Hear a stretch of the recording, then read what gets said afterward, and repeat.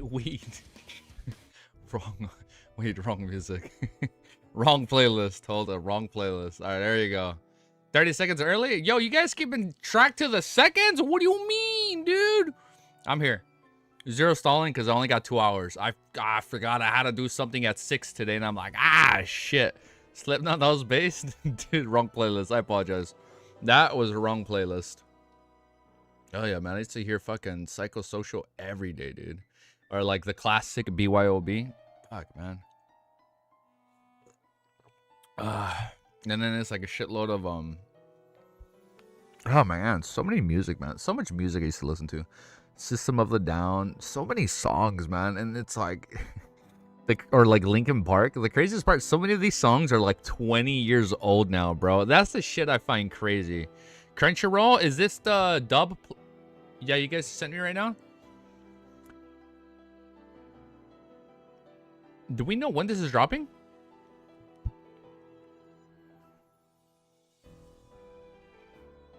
Tomorrow? Tomorrow the dub drops?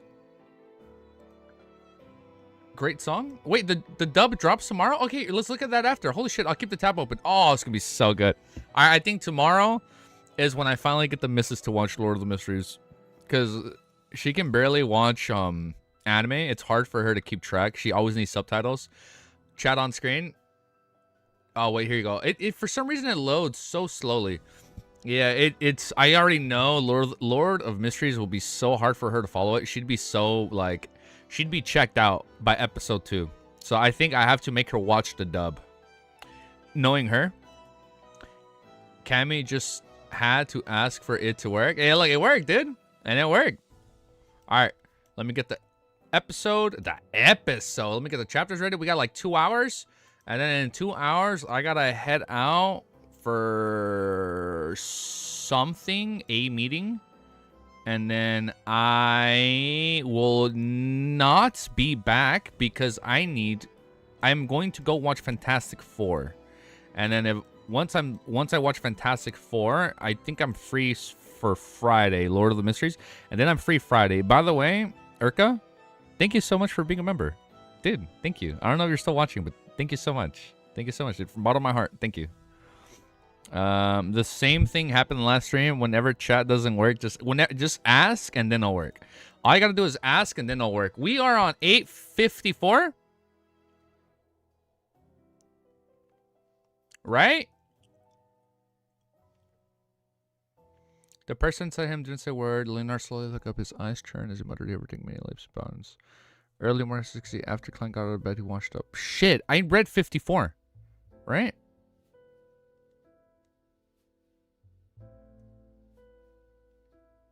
I'm on 8:55? How do I forget what was the last fucking chapter I just read? Let me look at my phone.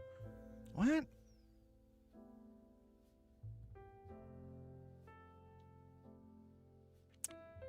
Oh, yeah, I'm on 8:45. Okay, 55. 55. I'm on new visitor. Okay, perfect. I got it.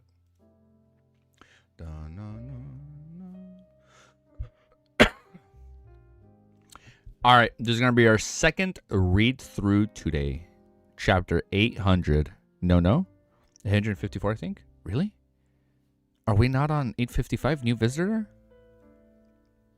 What? Wait. Let me do my intro. This is our second stream today. We're going to be reading more Lord of the Mysteries, so you know what we're here to read. So, if you like what you see, check your VOD. I know I'm going to go back in my own VOD. If you like what you're going to see, make sure you like, comment, subscribe. And I am on 8. Wow. Okay. So I hate how I do that. Every time I put myself, I'm gonna read one more chapter, I always put it in my thumbnail. This is we're still doing our intro, but look, I put until 8. I put 8:37 through 8:44. For some reason, bro, really a forgetful done. I literally read this like 3 hours ago. And I even put in my thumbnail 8:44, and then I put in my description 8:53. What? I gotta fix this. I'm sorry. One sec. I gotta fix this. What the... Dude, I'm tripping out. Bro, my thumbnail is so scuffed. Give me one sec. Hold up. Wait. What? Oh, my God. No wonder this shit did not make sense. Let's see. Give me a sec. Son of a bitch. Text. Wow. I forgot to split it right here. Shit. We read 8. What did I just read again? Chapters? 846 to 53. 846 through 853. Oh no, my God. 846 through 853. All right, I got it. Okay. Okay, perfect. Screenshot it. All right. Let me update this thumbnail. Apologies. One sec. Now I know what you guys meant earlier when Hulk Hogan passed away and you guys were talking about Vinland Saga. I'm like, what character is called Hulk Hogan? Like, that's a WWE wrestler. I didn't know he actually passed away today. Love him or hate him, because he became very controversial as the years progressed in his life. But he literally did shape WWE, man. It's crazy. I told you, username. I thought you were talking about a fucking character from Vinland Saga. I'm like, who the fuck is Hulk Hogan in Vinland Saga? I know. I was like, who is he referencing called Hulk? And I don't want to read the whole thing. I'm like, who the fuck is Hulk in Vinland Saga? I literally went on Twitter right after. I'm like, holy shit, Hulk Hogan passed away. Cardiac arrest. That's crazy, man. Died at 71. Literally the same week Ozzy Osbourne died. It's crazy, man. Both like two legends died this week. Hulk Hogan and the brother of all Vikings. Literally Hulk Hogan passed away and literally Ozzy Osbourne passed away.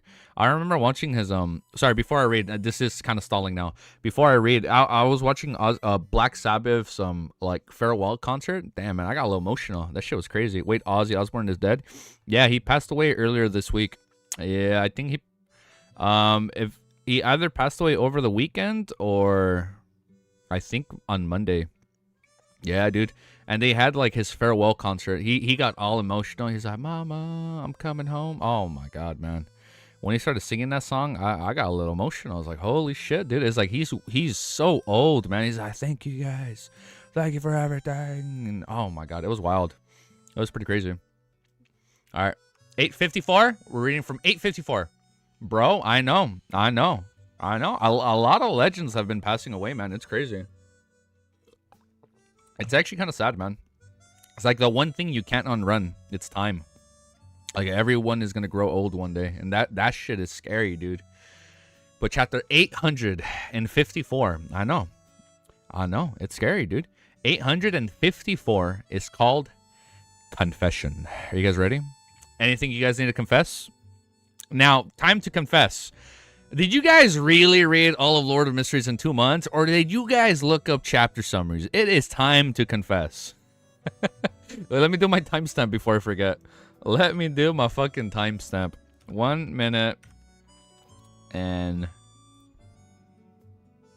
26 seconds. Copy paste. 854. I read it in like 2 weeks. That is so wild. Some of you guys read it in less than a month, and I'm over here taking almost like a year. Chapter 854 is called Confession. 1.5 months. Damn, no summers. Damn. Holy fool, dude. Chapter 800. All right. I'm not gonna call cap. All right, you guys are wild. That's crazy. Huge respect, man. You guys are over here like, no. You guys, no wonder you guys are pissed off at me, telling me to stop stalling, dude. You guys read this shit in like a month or two, and I'm over here taking it over a year at this point. Chapter 854 is called Confession. Early morning, 160 Bookland Street. After Klein got out of bed and washed up, he didn't rush over to leave the bathroom. He took 4 steps counterclockwise and headed above the gray fog. He then conjured the world, Gurmit Sparrow, and made the fake person pray piously. Honorable Mr. Fool, please pass on the message to the Nits. I need him to provide me information on West Ballum. It's best if he includes his social connections. Also get him to be careful of the Church of the Evernight for the time being. Above the golden dream, the Nits, who saw the sun earlier than Backland, was holding a cup of malt beer as he sat in the shadows, hiding away from the vile sunlight. Lessons will begin in another 15 minutes. Captain has said that a treasure hunter must have a sufficiently good grasp of the mathematics. Sigh, this is really such a headache, but it's also something to look forward to. Dogshit. The Nits placed the hands on his knees as he lowered a mouthful of beer. No 6 months. I started watching you mid-volume 4. Oh, no way, Bullseye. Oh, that's crazy. So you started watching me around this point. Mid-volume 4. At this point, the gray fog animated in front of him. The blurry figure that looked down from above appeared as the Knit's ears resounded with German Sparrow's voice. Information on West Ballum. Although we've been there to search for lost ancient treasure and got to know a few tribunal natives, that is pretty much it. There won't be... Well, let me fix my mic. No, my mouse.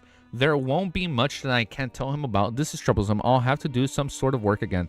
Why does German Sparrow get involved in so many things? The Knit silently grumbled as he vigilantly glanced to his sides, afraid that the madman would appear suddenly.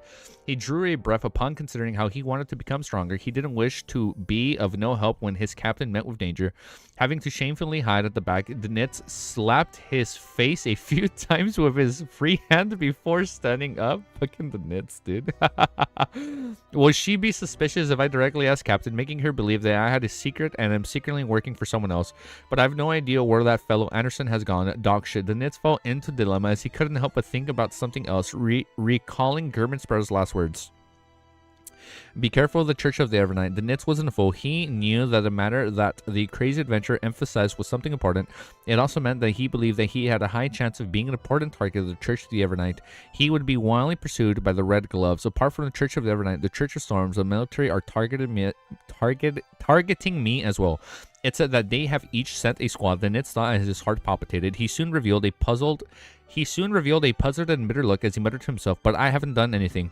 After passing a message about gathering information on West Ballum to Admiral of Stars Cat Leah, Klein left the area above the gray fog and returned to the real world. Like every other day, he had his breakfast and had lessons. After he woke up from his afternoon nap with Richardson's help, he changed into a formal suit for an excursion.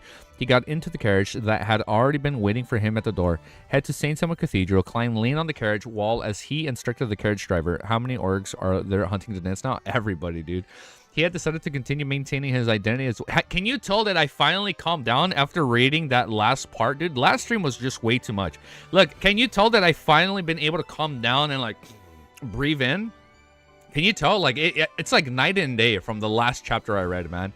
He had decided to continue maintaining his identity as Dwayne Dantes. He believed that it was best if he didn't change into his former persona. Therefore, he couldn't change the frequency of his trips to St. Simon Cathedral, nor could he donate less. Besides, this can be effectively wipe away any suspicions they have on me. After all, it's hard to imagine that the criminal who infiltrated Chandis Gate hadn't stayed behind, but the world sauntered into the cathedral as though nothing had happened. I'll have to thank Emperor Rizal for not plagiarizing criminal psychology. He didn't point out the intelligent criminal often returning to their crime scene to admire that their work and their helplessness response of the others. Klein mumbled inwardly as he took a sip of the black tea of Richardson had brew. Klein, okay, but not Klein, but immediately Klein either. After moisturizing his throat, he glanced at his valet and asked seemingly casually, "What is your deepest impression of East and West Ballum?" Sitting beside him, Richardson didn't ask.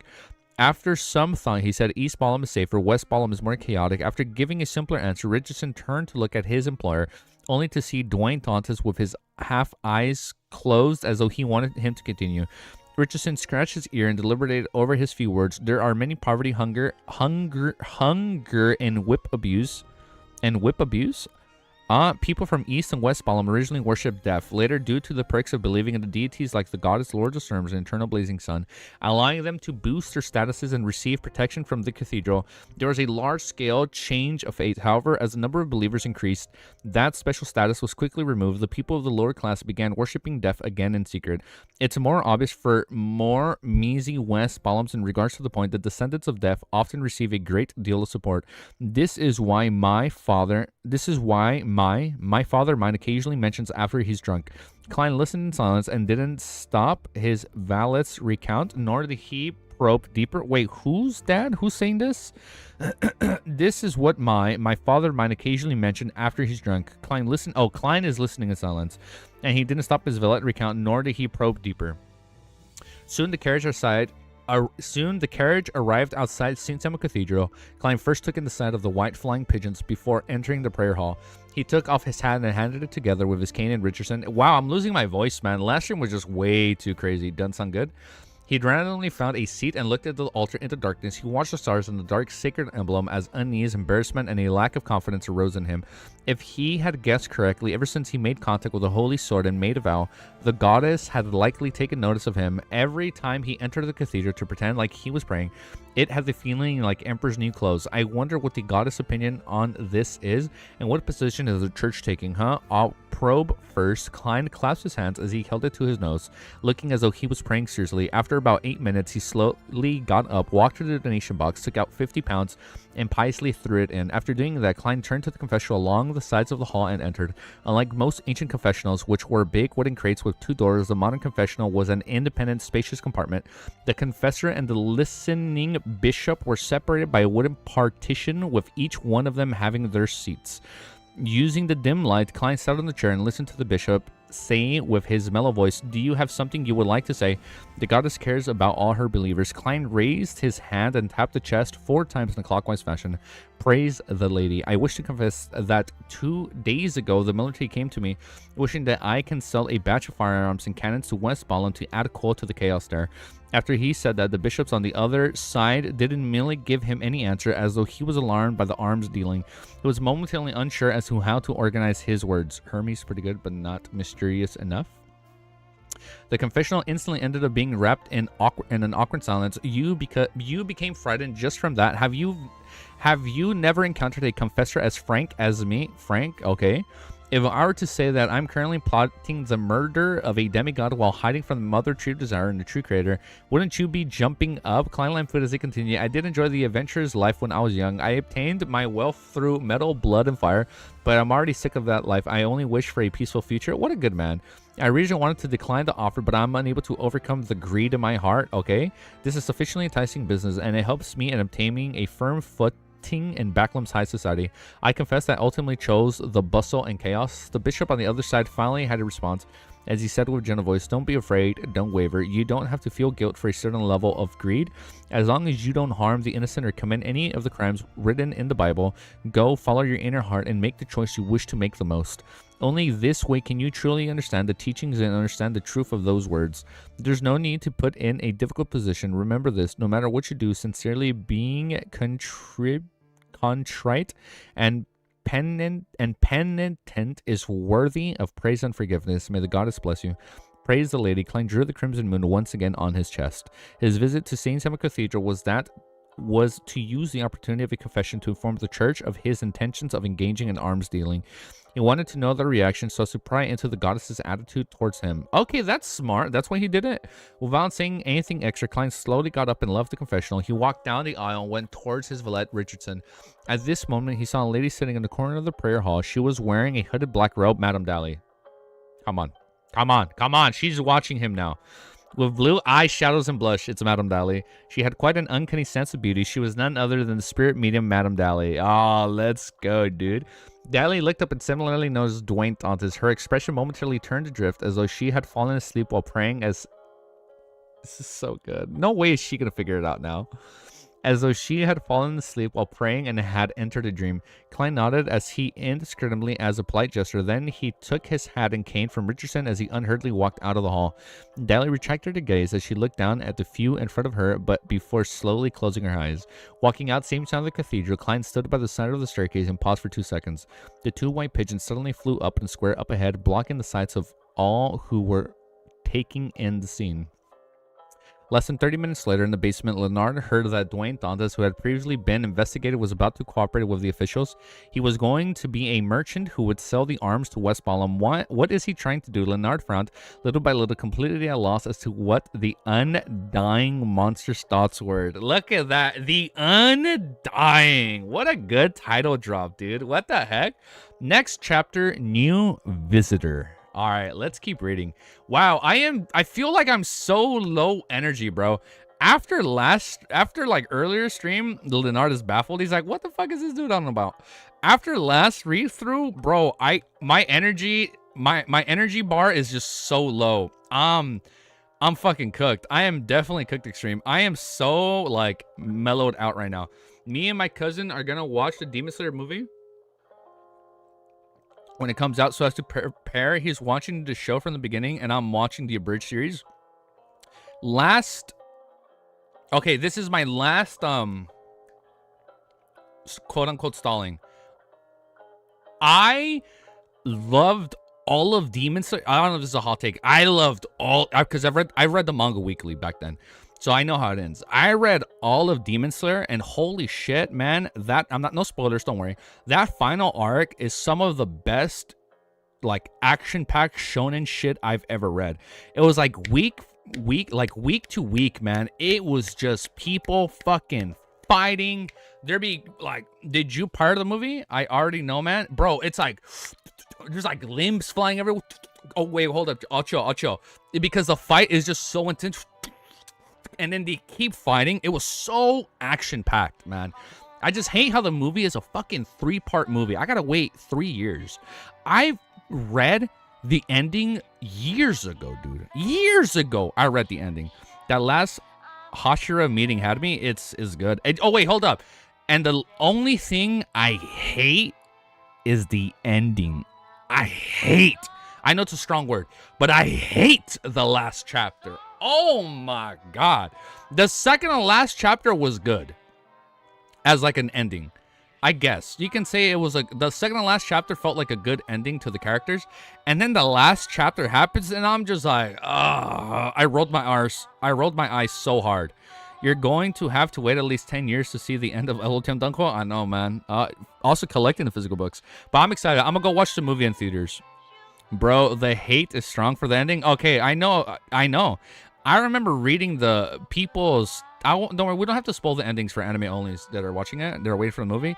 But I hate that fucking ending. Like my life depends on it. I'm probably the biggest hater when it comes to that ending. Even after all these years, I still get this hatred in me. But I know the anime is gonna do it justice.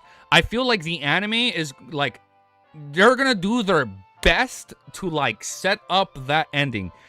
And it won't feel like whiplash. Like it won't feel like whiplash. Like that last chapter just hits you. Like it'll be good.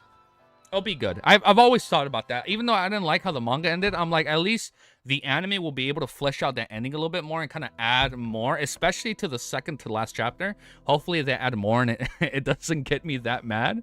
But yeah, no more stalling. Now I'm gonna keep reading. Oh man, I just had to say that. For you guys that don't know. Hey, I've read along. If you guys name any popular manga, I've probably read it.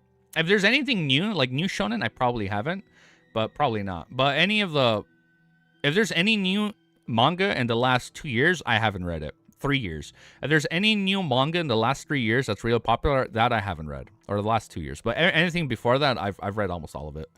Chapter 855 is called The New Visitor. As he returned from St. Samuel Cathedral to 160 Buckland Street, Klein saw his white-gloved butler, Walter, walk up to him. Sir, someone delivered a name card. He said that his employer wishes to visit you from 4 to 5. Walter said, have you finished JJK? I have not finished I haven't finished it. I unchecked out of JJK so badly, bro. I did not like where the series was going. Oh, like, these opponents are way too hard, and, like, I already know how they're gonna, like, finish it, and I was like, I don't like where it's going, so I haven't read it yet. But I can look. Season 2, bro, I gotta pause the video, I'm sorry. Season 2 of Jujutsu Kaisen was so fucking good. No spoilers, no spoilers about ending.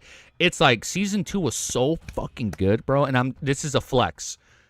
When I went to Shibuya Station, bro, I'm like walking through Shibuya Station, listening to the music. Oh man, that shit hits so hard. This shit hits so fucking hard. I didn't like the final arc of JJK. I do not like it. Hold up. I'm gonna raise my hand. This is spoilers, as my hand is up. I've talked about this before. I don't like the whole final fight, and I don't like how, like, the only way they're gonna beat him is by bringing back this character that allegedly died like 100 chapters ago, but they're just saving her until the ending because, like, right away her ability was so broken and busted. Like, she's the only one that was able to counter this bad guy, and they're gonna be able to kill him in such a. Oh my God. I'm gonna stop. I'm gonna just keep reading. I'm gonna just keep reading before I get mad. If you guys want to know what we're talking about, check out the live stream. But chapter 855. As he returned from St. Samuel Cathedral to 160 Buckland Street, Klein saw his white glove butler, Walter, that's a tongue twister. Butler Walter walked up to him. Sir, someone delivered a name card. He said that his employer wishes to visit you from 4 to 5. Walter said with a staid expression. Klein tried figuring out who the visitor was, but he had no clue. He nodded gently and said, who's the employer? Walter darted his gaze around and saw that the other servants were rather far away. He then replied, Baron Sindras. Baron Sindras, the millionaire tycoon who obtained his aristocratic title with the help of the Conservative Party and Duke Negan. And it is also one of the most famous bankers and entrepreneurs in the kingdom. I previously helped Mam Mary purchase the Coin Company shares. The competitor happened to be him and his friends. He's visiting me personally for this matter. It's only a transaction worth about £13,000. That is a lot of money. It shouldn't be someone that requires him to get this far. As Klein mind raised, he walked to the staircase that led to the second floor. Walter walked half a step behind him as he said, Sir, if you don't wish to meet Baron Sindras, I'll inform him that you got caught up in St. Salma Cathedral listening to the bishop's preachings and might return very late. In between the lines, the butler was saying that the Baron Sindras was a believer of the Lord of Storms. It's impossible for him to head directly to St. Salma Cathedral to seek him out. Klein thought and smiled before gently saying, This is a noble who has immense influence in the banking industry. I'll definitely come across him in the future, so I have to meet him. Like badass quality for me. Oh. Arranged the meeting to be at the small living room on the second floor where there's the most sunlight. According to what Klein knew, Baron Sindras was the third largest shareholder in Backland Bank and the largest shareholder of the Salval People's Bank. And the Lowen Kingdom's banking industry, he was definitely one of the few people with a great influence. Yes, sir, Walter didn't nag on. At 4:10, Klein met the visitor who often appeared on the papers in the predetermined living room. The only thing that was different and devastated from his exceptions was that Backland turned cloudy after 3. The weather had turned dark and beginning drizzling. It didn't bring in the bright and warm sunrise. Baron Sindras was identical to how he looked on the papers. He had black hair mixed with some white hair that was neatly combed backwards, revealing his broad forehead and receding hairline. His face was rather round, but it lacked the flesh needed to support his cheekbones were rather high and his wrinkles were obvious. Unlike most Loweness his age, Baron Sindras didn't have any facial features. He was clean-shaven and his light blue eyes were nearly colorless. Besides him were a valet and a bodyguard. They were all the kind of people that didn't attract much attention. The former's greatest characteristic was his thin hair, when the latter had short hair if you didn't count the thick beard that reached down from his ears. Good afternoon, Lord Sindras. It's my honor to have you here as my guest. Klein held his hand to his chest and bowed. Usually a host was mostly leaned their bodies forward and reach out the right hand for a handshake when greeting a guest. But at this moment, he was in front of a noble, thus requiring him to be more courteous. Baron Sindras nodded gently as he smiled in response. Is Vishojo actually shutting down? No way. I saw Iron Mouse and like everybody else was leaving. Are they actually shutting down? Really? It's crazy, man. They didn't donate like $500,000 to one of the Iron Mouse's foundation. That is crazy. And then they still owe them money. It is wild. Let's go. That's crazy, dude. It is so freaking wild. It's crazy. I don't think we've seen a company have that much of a big fallout in like 48 hours. Buy a cup of coffee on me, bro. OG, thank you, dude. You know what, man? I am buying coffee tonight, dude. I will buy coffee and I will send it in the Discord. I got you guys. After exchanging some, I'm gonna go buy some. I'm gonna go find some coffee. I got you guys. After exchanging some pleasantries, the two took their seats while the valet and bodyguard settled by the side. You know what? I think I'm going to go make my own coffee right now. Klein was just about to say something when the Baron Sindras said with a gentle tone, Dantes, I'm already impressed. I'm actually going to make coffee after this chapter. I'm actually not going to lie. I'm really impressed with people like you. Not everyone can obtain riches from the chaos in the southern continent. This requires plenty of guts and the courage to face adversity as well as stunning judgment. Back when I was facing bankruptcy, I had entered the idea of starting a new one in the southern continent, but unfortunately, I'm not a brave man. Base. Watch. We'll see right now. Although Baron Sindras later became a noble, he wasn't a commoner in the true sense of the words. His great-grandfather and grandfather had benefited from the development of the colonies, earning them plenty of money from the sea trade. They were rather successful merchants. As for his father, he had invested in industries, building up his reputation and acquiring several factories.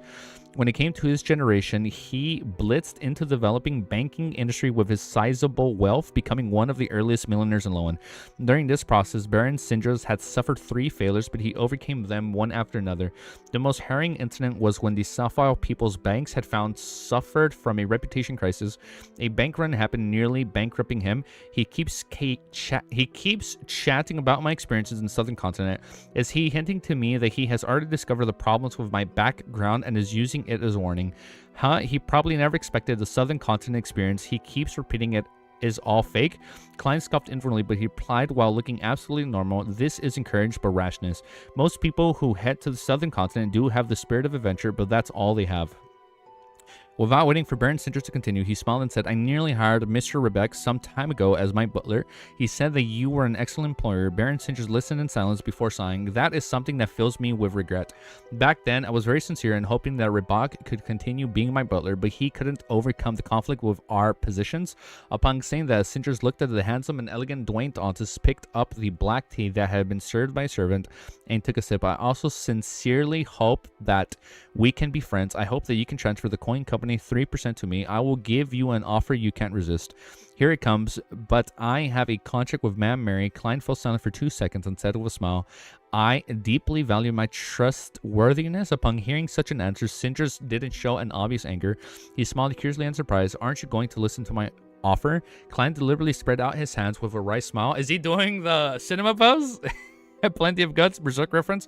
I love Berserk, man. That's like one of my favorite series of all time, man. Literally, that's a 9x9 manga right there. Not the anime. Even it has its good parts, but also has its bad parts. All adaptations. They are both good and bad. For me, I feel like the good outweighs it. He smiled curiously and surprised. Aren't you going to listen to my offer? Klein deliberately spread out his hands with a wry smile. I am afraid I will find it irresistible. Ha! Sinders immediately laughed as he slowly stood up. You're as humorous as they say. At the same time, you have a firm will that the rumors failed to mention. He looked at his bodyguard and Devalat before saying to Dwayne Dantes with a smile, being a partner with you is definitely better than being a competitor. Alright, it's time that I leave. There are many things that require my attention. Is this sincere praise or a veiled threat?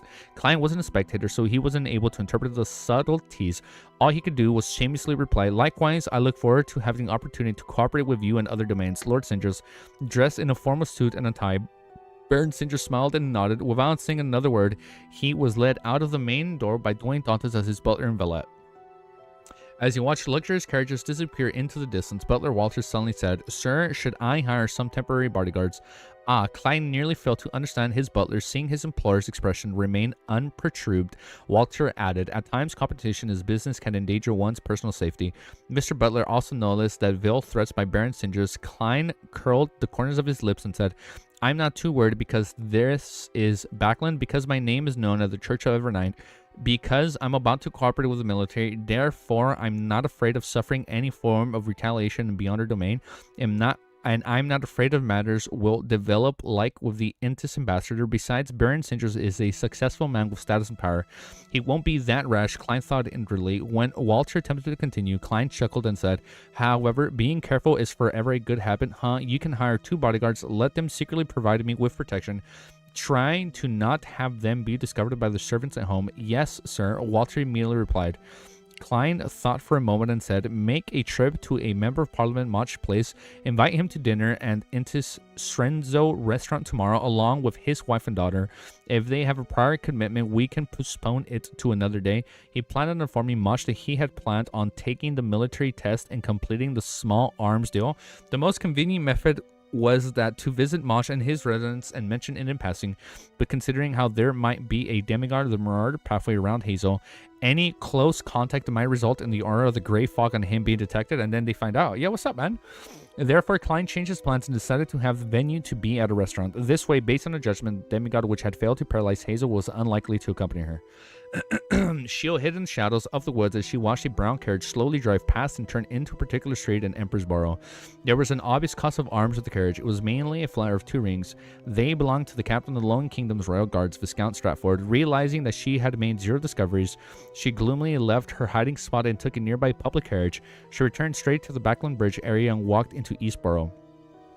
Upon coming to the Dorarvi Street bar, Xiao easily walked to the bar counter. As the drunkards avoided her, she directly asked the bartender, who was wiping a cup, any new jobs. The bartender immediately smiled. Yes, Butler Walter, who previously offered a 200-pound bounty for a few cheats, had offered a new job. It's very simple, secretly protecting his employer for a few days.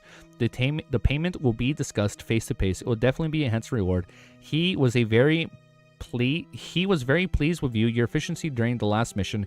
He requested that we give you priority. How about it? Are you interested? Shio had a rather deep impression of the butler as his employer because they had spent 200 pounds to seek out cheats who had only scamped 1,000 pounds of cloth. 1,000 pounds of cloth. Very generous, and he's quick to pay. Shio did a slight recall before nodding and saying, all right, bodyguard job, let's go. Let's go, dude. Oh, shit. Let's get it done, dude. Chapter 856. Bodyguards arrive. They're here. Oh, this is gonna be good. This is gonna be a good ass freaking interaction, dude. Let's keep reading. Okay, I don't have to make my coffee. I'm a little awake. I'm getting hyped up again. I can wait. I can wait it out. Oh man, I am gonna make coffee a little bit later. So you guys got me for like an hour and a half. Having Shio as your bodyguard. What a tycoon life. There's only one downside, though. There's only one downside. Okay, there's only one downside to having Shio as your bodyguard. She is not going to look that intimidating because of her height. They're going to be like, really? She's your bodyguard? Oh, wait. This is Klein's finally going to be able to interact with her. Maybe then he'll be like, hey, maybe you should pray to the fool. Okay, and then maybe she joins the terror club? Okay, wait, this might finally happen. She might finally join. Chapter 856 is called Bodyguards Arrive. In an apartment in Sherwood Borough, just as Shio entered, she caught the scent of the fried food. She couldn't help but twitch her nose and look up towards the kitchen floors. Would there be anyone else? Ford peeked her head out from her kitchen and asked with a smile. Shio put down the papers in her hand, half surprised and half grumbling. Do you still remember how long it's been since you stepped into a kitchen? Making a toast in the morning doesn't count. Ford returned to the kitchen, leaving only her voice behind. I chose the food outside because they're better, and now the surrounding streets don't have any good fried chicken. The best fried chicken, bro, was Lawson's, man. Oh my god, so tender on the outside, but so juicy on the inside.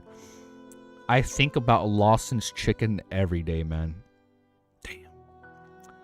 Damn. I'm getting a craving right now, just as she's having one.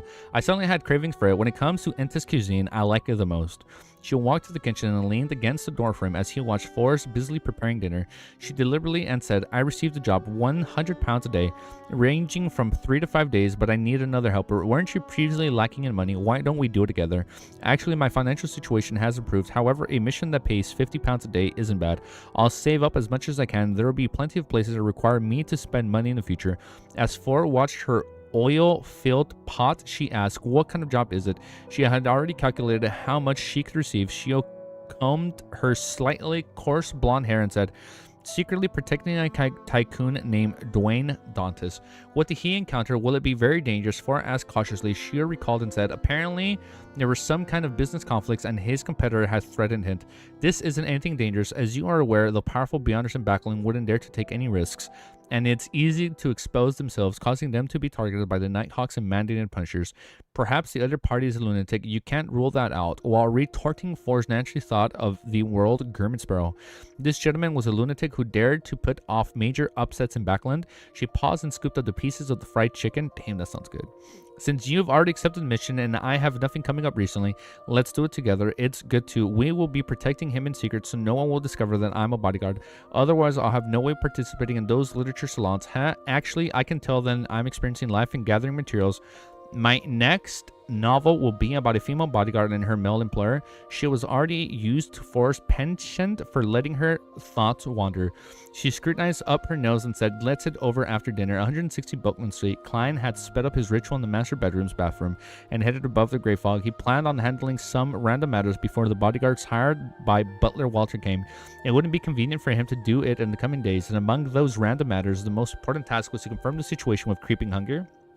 What situation with Creeping Hunger? Sitting behind the seat belonging to the fool, Klein made the human skin glove. Oh, you're right. Oh, he has to keep Creeping Hunger in check now. Sitting behind the seat belonging to the fool, Klein made the human skin glove fly out from the junk pile. Oh, almost dropped my mic. After a series of divinations, he discovered that Creeping Hunger was rather stubborn this time. None of the negative side effects had changed. So everything's still the same, but he's just more stubborn. It's a result of Mr. A's corruption, so it's absolutely not giving up its praise of the true creator. The corners of Klein's mouth twitch as he seriously considered the solution to this matter. I'm going to raise the volume first, see if that's a good solution. Finding another way to threaten it. No, how can I call it threatening? Under the premise of being a proactive, I will be engaging in friendly communication with it. Klein wrapped the corners of the long model table and muttered silently, I'll be writing to Mr. Zick later today. I can also mention in passing that the creeping hunger seal is no longer effective. I can also bring some mushrooms along with me. No, that wouldn't work. Although it will stop creeping hunger from praising the true creator, it will make it unusable. Huh? I'll get a few of the regional mutated mushrooms from Frank to see if there are any other effects. What? Klein is going to abuse the glove again? Now I low-key feel bad for the glove. Okay. After leaving the bathroom, Klein... Wait. After determining his thought process, Klein threw Zick's copper whistle and the adventure harmonica through the door sacrifice and bestowment before returning to the real world. He packed up the ritual items and wiped away the traces of the ritual. After leaving the bathroom, Klein walked to his study desk, taking out a fountain pen and paper as he deliberated over the things to say. Dear Mr. Zick, it's been a while since I've written to you. I wonder how you've been recently. Due to certain unforeseen circumstances, your seal on the creeping hunger is no longer effective. Can you give me the corresponding method? I wish to apply the seal on it again. Have you heard of the creatures known as Spirit World Plunders? What level are they and what kinds of characteristics do they have? What are they using? Where are they usually active in? I might be heading to the southern continent in the near future. If I obtain any new information on Def, I'll write to you as soon as possible. Putting down the fountain pen and reading it twice, Klein folded the letter and blew the copper whistle. Suddenly, white bones spewed out from the floor, gushing out like a fountain pen in midair, forming a giant skeleton that was nearly 4 meters tall. Wait, is he still in the bathroom? Oh, wait, he left the bathroom. Okay, he left the bathroom. The skeleton lowered its head to glance at Dwayne Dantes before bending its back, bending its right arm, and spreading open its palm. This messenger is becoming more polite. Look at that. He's growing on him now. Remember how mean he was in the beginning? Look at that. Now the messenger's growing on him. Am I getting a phone call? One sec. Spam. We don't need spam. It's okay. We can hang up on that. The skeleton lowered. Wait, the messenger is becoming more polite. Klein nodded in satisfaction, handing the letter. The skeleton messenger didn't stay, and it immediately disintegrated, pouring down like a waterfall before rapidly vanishing. Klein silently heaved a sigh of relief as he retracted his gaze and continued writing a letter to Frank. The dried mushrooms you provide were pretty good. Do you still have more time? Do you find the idea previously mentioned viable? If you encounter any difficulties during the research process, you can write to me. After folding the letter, Klein blew into the adventurous harmonica. He saw Miss Messenger Renette Tinker appear by his side. She still lacked a head as she wore a complicated black dress while holding 4 beautiful blonde red eyes. Easy, did you see the Crunchyroll English? Yeah, dude, the episodes drop tomorrow. I'm excited, dude. I'm excited to see the dub. Can you lock onto Frank Lee? Klein asked rather confidently. After all, Miss Messenger was... I'm excited, dude. I'm excited to sit down and watch the dub. I get to show Lil Easy the dub, and I get to show the Misses the dub. So I'm excited for that. Can you lock onto Frank Lee? Klein asked rather confidently. After all, Miss Messenger was unlike ordinary messenger. She was a spirit world creature at the demigod level. Under normal circumstances, a messenger could only locate the contractor or the person who held the summoning ritual. As for the latter, there was a limitation. Once the ritual was too far away, the messenger wouldn't be able to find him. Renette's four heads turned in unison and looked at Klein. Yes, it's that, ma'am, who wants to plant everything, right? Did the time get specified? I'm not sure. Hopefully it drops like early in the morning, you know? I'd like it if the episode drops like 12 hours before the dub. What did Frank do to leave such a deep impression on Miss Messenger? Back when I replied, she even said that she hoped that she wasn't dead. Klein nodded seriously. Yes, Renette Tinker's 4 heads spoke one after another. Can locate, I labeled him. Ah, Klein turned agape, nearly forgetting his motives. Poor Frank. No, the great and powerful Frank. He actually got Miss Messenger to specially label him. May the goddess watch over him. Klein silently exhaled and handed the letter to Renette. Please hand it to Frank. He will pay you the gold coin. One of the heads in Renette's hands opened in its mouth and bit down on the letter. Then it directly entered the spirit world, unable to be sensed again. After dealing with those matters, Klein left the copper whistle and the harmonica on him. He went downstairs to have dinner. Midway, Walter entered and whispered into Dwayne Dante's ears. The bodyguards have arrived. It's Miss Shio and her friends from before. I will arrange for them to secretly provide your protection, Miss Shio and her friends. Don't tell me it's Miss Magicians. Klein was momentarily at a loss for words. All she could do was gently nod. Acknowledging the new tidbit of information, his spirituality actually didn't sense that someone had infiltrated his house. However, this was a very normal since it wasn't time for most people to sleep for the night. When it was a period of time, any abnormalities became rather obvious. Therefore, unless clients specifically used his spirituality to leave undetectable marks at key spots, or if the intruder had plenty of ill intentions towards him, he would find it difficult to notice him. My laptop lagging a bit? Maybe, I don't know if it's my end. I think my end is good so far. You would think. In a bedroom on the 3rd floor, Shio and Forrest each took a window. Through the glass, they looked down at the garden. This is my dream house. When I have enough money, I'll buy a house just like this in a scenic area. No, I'll still have to choose Backland. There are more delicacies here. It's more convenient, Forrest said sincerely. With that said, she sighed inwardly. Unfortunately, I have the curse of the full moon. I can only continue improving myself. Otherwise, I'd have kept a house instead of selling it for cash. Shio traced her friend's gaze and looked outside, whispering, I lived in such a residence when I was little. Well, she came from nobility, right? I remember that. Shio came from nobility. I mean, I think her family lost the title, right? I lived in such a residence when I was little. Forrest only glanced at Shio, and as she had no idea what to say, she changed the topics. How should we provide him with protection? Shio retracted her gaze. When Mr. Dwayne Dantes is home without guests, we'll just hide in the room and watch the surroundings to prevent anyone from infiltrating. When there are guests, we'll head to the adjacent room and keep close attention to any developments. We'll open the door at any moment to save him. If Mr. Dwayne Dantes were to head out, the butler will inform us ahead of time. I'll hide underneath the carriage and protect him while you'd follow on another carriage. Shio, you're becoming more and more professional. Forrest seriously praised her before chuckling. I saw Mr. One of them is so dead at the end of this volume. They've had such a beautiful, loving chemistry. Like, they are like two inseparable best friends. One has to die. One has to die. Only 101 tabs. Damn, that is a lot of tabs. One has to die at the end of this volume. Like, not maybe. Like, one has to die. Because you guys said that fucking... When I was crying like a little bitch in volume 1, you were like, this isn't even top 7. This is going to be one of them, man. This is going to be one of them. Sorry, I don't mean to... I'm not making fun of you guys when I go like, oh, this is not even top 7. Shio and Forrest, one of them losing one is definitely going to be even more sad than that. Before Forrest finished her sentence, she suddenly saw a carriage stop outside the company. Following that, a few policemen in black and white checkered uniforms got out of the carriage. What's happening? She looked at her friends and found that Shio looked equally puzzled. Inside the living room on the 2nd floor, Klein met the four officers. Mr. Dwayne Dantes, do you know Mr. Karen? Klein tried recalling and remembered, as I mispronounced it, that it was the gentleman who had sold him the coin company shares. Oh, that guy? Yes, what happened to him? Klein asked calmly. The officer that led the team replied in a rather polite manner. What the fuck? He committed unaliving? In addition, he had left behind a will accusing you of forcing him to sell his shares and torturing him using all kinds of underhanded means, causing him to suffer from severe depression, and his family has provided proof regarding of the contents of his will? What? Did they just scam him? What? They scammed him so hard. What? What a piece of shit. Holy shit. That is the life of a tycoon. Damn. All right, next chapter. Now that's a fucking life of a tycoon. Let me do my timestamp. Holy shit. 34 minutes. 53 seconds. All right, next chapter. Chapter 857 is called Poignant. Kurian committed unaliving. His will accused me of forcing him to sell his shares. His family can even provide evidence. What about? I thought they put in the contract that he would have to buy it. His family can even provide evidence, and Scully listened to the officer's description. He digested the relevant information and produced questions in his mind. After he understood the situation, his first reaction was, Baron Sinjos has taken action? Ah.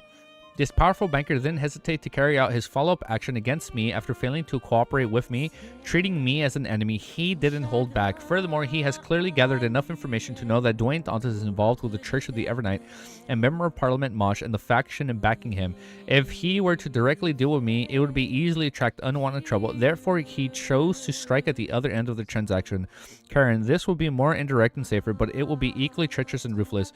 This is an utter disregard of an ordinary person's life. Klein suddenly recalled the innocent people who collapsed during the Great Smog of Backland. He couldn't help but feel a sense of rage surging within him as it bubbled to the surface but was ice cold.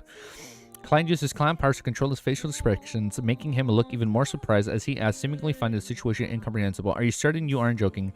The leading officer nodded solemnly. If we didn't have sufficient clues to support it, we wouldn't disturb a gentleman like you. Mr. Dwayne Dantes, I'll have to trouble you to follow us to the station for further investigations. Despite looking unperturbed, Klein's mind was racing. Just as he was about to say something, he suddenly noticed something illogical. Regardless, murder is a serious crime in the current Lone Kingdom. With Baron Singer's identity, status, and social connections, he will have at least a few dozen effective means to deal with a foreign tycoon that just came to Backland 2 months ago. There's no need to go this far. After all, as a member of high society, he will more or less understand or be in contact with beyond powers. He knows that there are all kinds of indescribable means to pursue the true murderer. Unless he's completely confident, taking the risk of frame someone for murder is definitely the worst choice. If Singers were to use his authority to surpass the investigations of the official Beyonders, it will definitely be more effective and simpler to employ other means.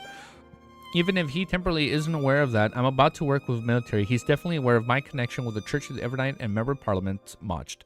He wouldn't do things in such a simple or brazen manner. More importantly, even if he thinks of a murderer who would kill for 3% shares, why didn't he do it earlier? He could have held Korean at gunpoint early on, resolving the matters without causing any fuss. Klein glanced at the officer in front of him while in thought without immediately giving an answer. And in an adjacent room, Shiu and Forrest were leaning against the wall, using the latter's abilities to open a small door. They didn't... Forrest can open up a small door? Open up a smaller door. He didn't miss any parts of the entire conversation. What do we do? If the police wants to arrest him, do we still provide protection? Forge, who lacked the experience of a bounty hunter, hurriedly suppressed her voice as she asked her friend. She never expected the business conflict would result in a chase of a murder and suspicion of framing. The enemy she had imagined had transformed from an infiltrating murderer's bandit into a police officer. She was momentarily unsure of what to do. She was also in a dilemma. Usually, a bodyguard would only deal with illegal encroachers, but they had given a sufficiently sizable remuneration. Forrest was surprised and amused by the responses. She asked, if he really is in prison, are you thinking of breaking him out of jail? Let's put aside the problem and danger. That way you two would be wanted, and you wouldn't be able to be a bounty hunter again. When the time comes, do you plan on fleeing elsewhere with this gentleman? As she spoke, Forrest, who had already come up with a story, discovered that Dwayne Dantes had a response. This elegant gentleman with white sideburns turned to look at Walter and said with a calm and gentle voice, 2 matters. First, visit Baron Singers and tell him that someone is trying to frame me. Walter revealed a rare look of surprise and confused to find his employer's instructions incomprehensible. From his point of view, this matter was highly likely to be machinated by Baron Singers. It was pointless visiting him, as it would only result in mockery. Klein smiled. He was a guest recently. He had threatened me for the shares. Following that, Mr. Karan met with his demise. I find it hard to believe that he wouldn't be under suspicion. Therefore, I believe that it's necessary to warn him. This is what a gentleman should do. The officers were slightly perturbed by what was said. They had the inexplicable feeling that the matter was more complicated than they had imagined. As for Walter, he was somewhat enlightened as he replied, yes, sir, I'll immediately visit Baron Singers and inform your friends and his of this former matter. This way, if this wasn't done by the Baron Singers, all subsequent troubles would be dealt with by him. If he were the mastermind behind this, by involving him in the name of kindly warning him and spreading the news, it could create sufficient pressure from the public opinion. It would make it easier for the member of parliaments and Moched and company to rescue him, and then he'd be safe. Smart. A good butler really helps. Klein soundly praised him as he continued. Second, please call for my lawyer to handle this tiny inconvenience. Jurgen? Is Jurgen still technically his lawyer? No, he hasn't. Has he met him? He has met Jurgen. After instructing his butler and valet, Klein looked at the few officers in front of him. All right, I'll follow you back to the station. I won't make things difficult for you. However, I wouldn't answer any of your questions before my lawyer arrives. The leading officer heaved a sigh of relief and said with a nod, thank you for your cooperation, Mr. Dantes. At this moment, in adjacent room, Forrest hurriedly said, are we following? Yes. I'll hide underneath the carriage for now and follow it into the station. We can't be certain those police officers are real ones. Shio replied rather cautiously. She paused, seizing a moment to ask, what else do you wish to say? Forrest thought for a moment and pungently said, nobles and tycoons are truly terrifying. Shio was taken aback. She didn't speak further as she walked to the window. Supporting herself with one hand, she nimbly jumped down, landing in the shadows of the building. A few minutes later, Klein and 2 officers boarded a carriage belonging to Dwayne Dantes. When he sat down, he looked at the thick carpet, his expression the same as before. As a police station, Klein was directly brought into an interrogation room. However, he didn't give response, regardless of what the officer asked. Only when his lawyer arrived did he give an account. He said that he had only met Karan once, and he also mentioned that the negotiation of the share purchase was completely handled by a professional team. Hence, he didn't personally involve himself in it. He repeated his statement, saying that he was unaware of anything else. This left the interrogator at a loss until he was called out of the room. Damn, he's sticking to his story. If only you had someone on the lawyer pathway. Who? Jurgen is a lawyer, but he's not. But he wasn't on the lawyer pathway. It was the other dude that he ran into during the whole bike company share scenario back in like volume 2. Right? Was it volume 2? After a while, the officer responsible for recording the statements walked in and said, "All right, you may leave. A gentleman with an honorable status has vouched for you and has paid for your bail." Klein didn't immediately stand up as he continued sitting in the chair. He looked up and said, "Who was it?"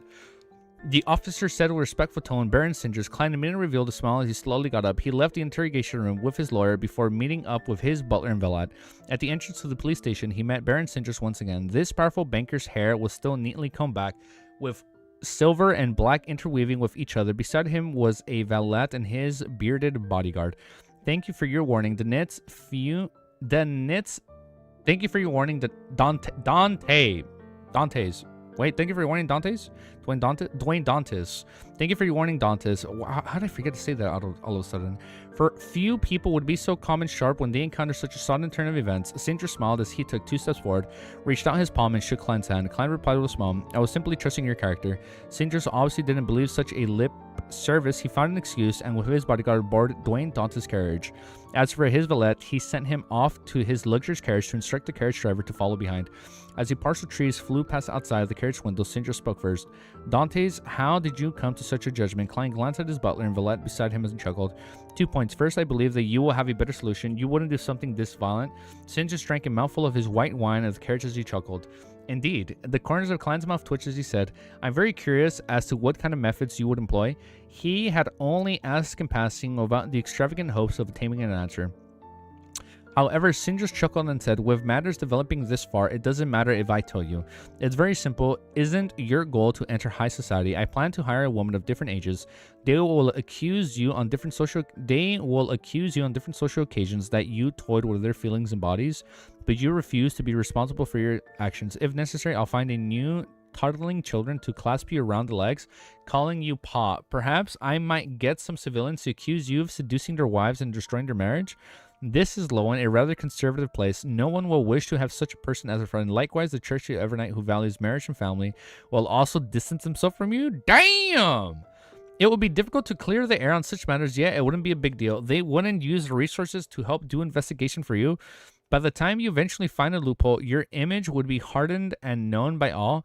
How many people do you think will believe your explanations? You are just a newcomer and have yet to build a reputation. You aren't that trustworthy. What the fuck is this tycoon life, dude?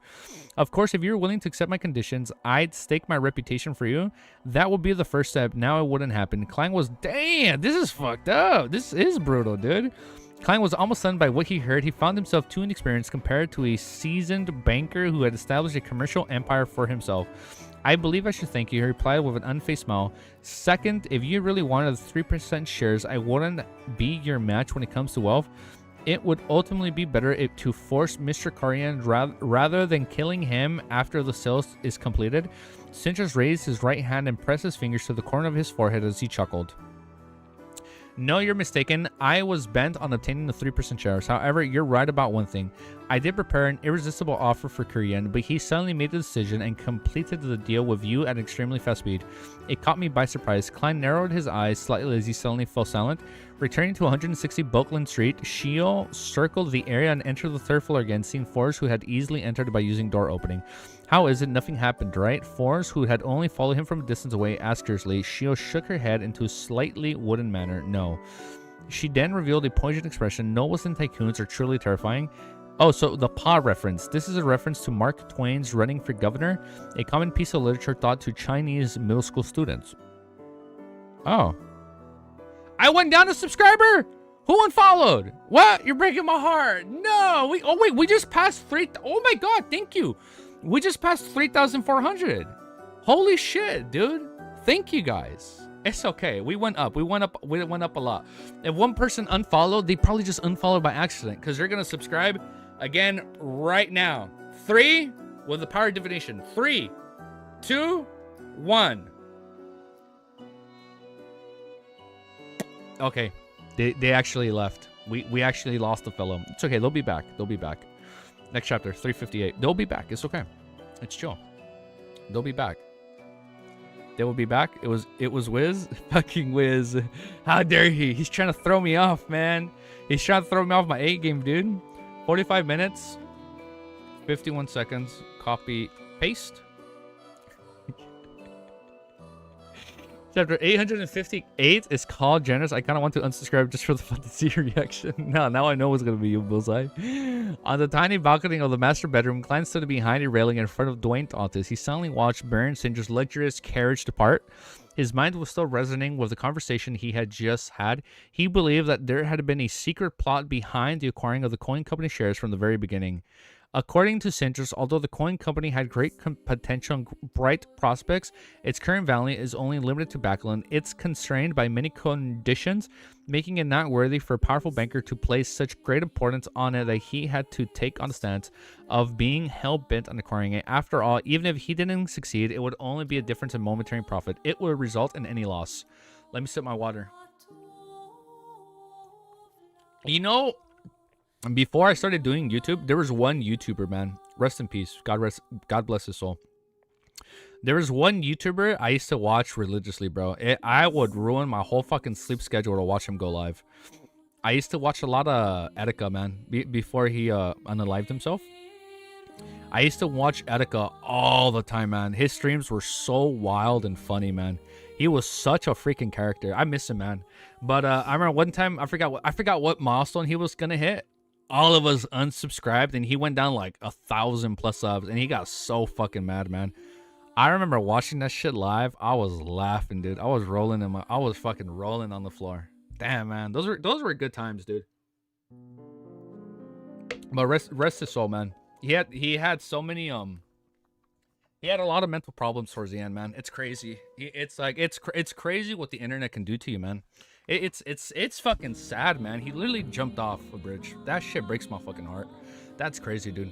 I think his birthday just passed recently too. He would have been like, I think 29 or something like that. And he's an old OG. Yeah, he's definitely an old OG, bro. That shit was crazy, dude. Chapter 858, and that just reminded me, man. Somebody unsubscribe. It reminded me when I used to do that on other streamers' live streams when they were gonna hit a milestone. All right, let me continue.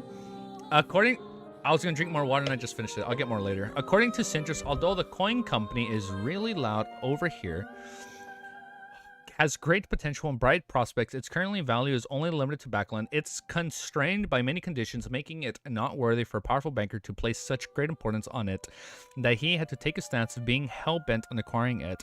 After all, even if he didn't succeed, it would only be a difference in monetary profit. It wouldn't result in any losses. For the seller, Caron is very normal to be under external stress to sell his shares for cash.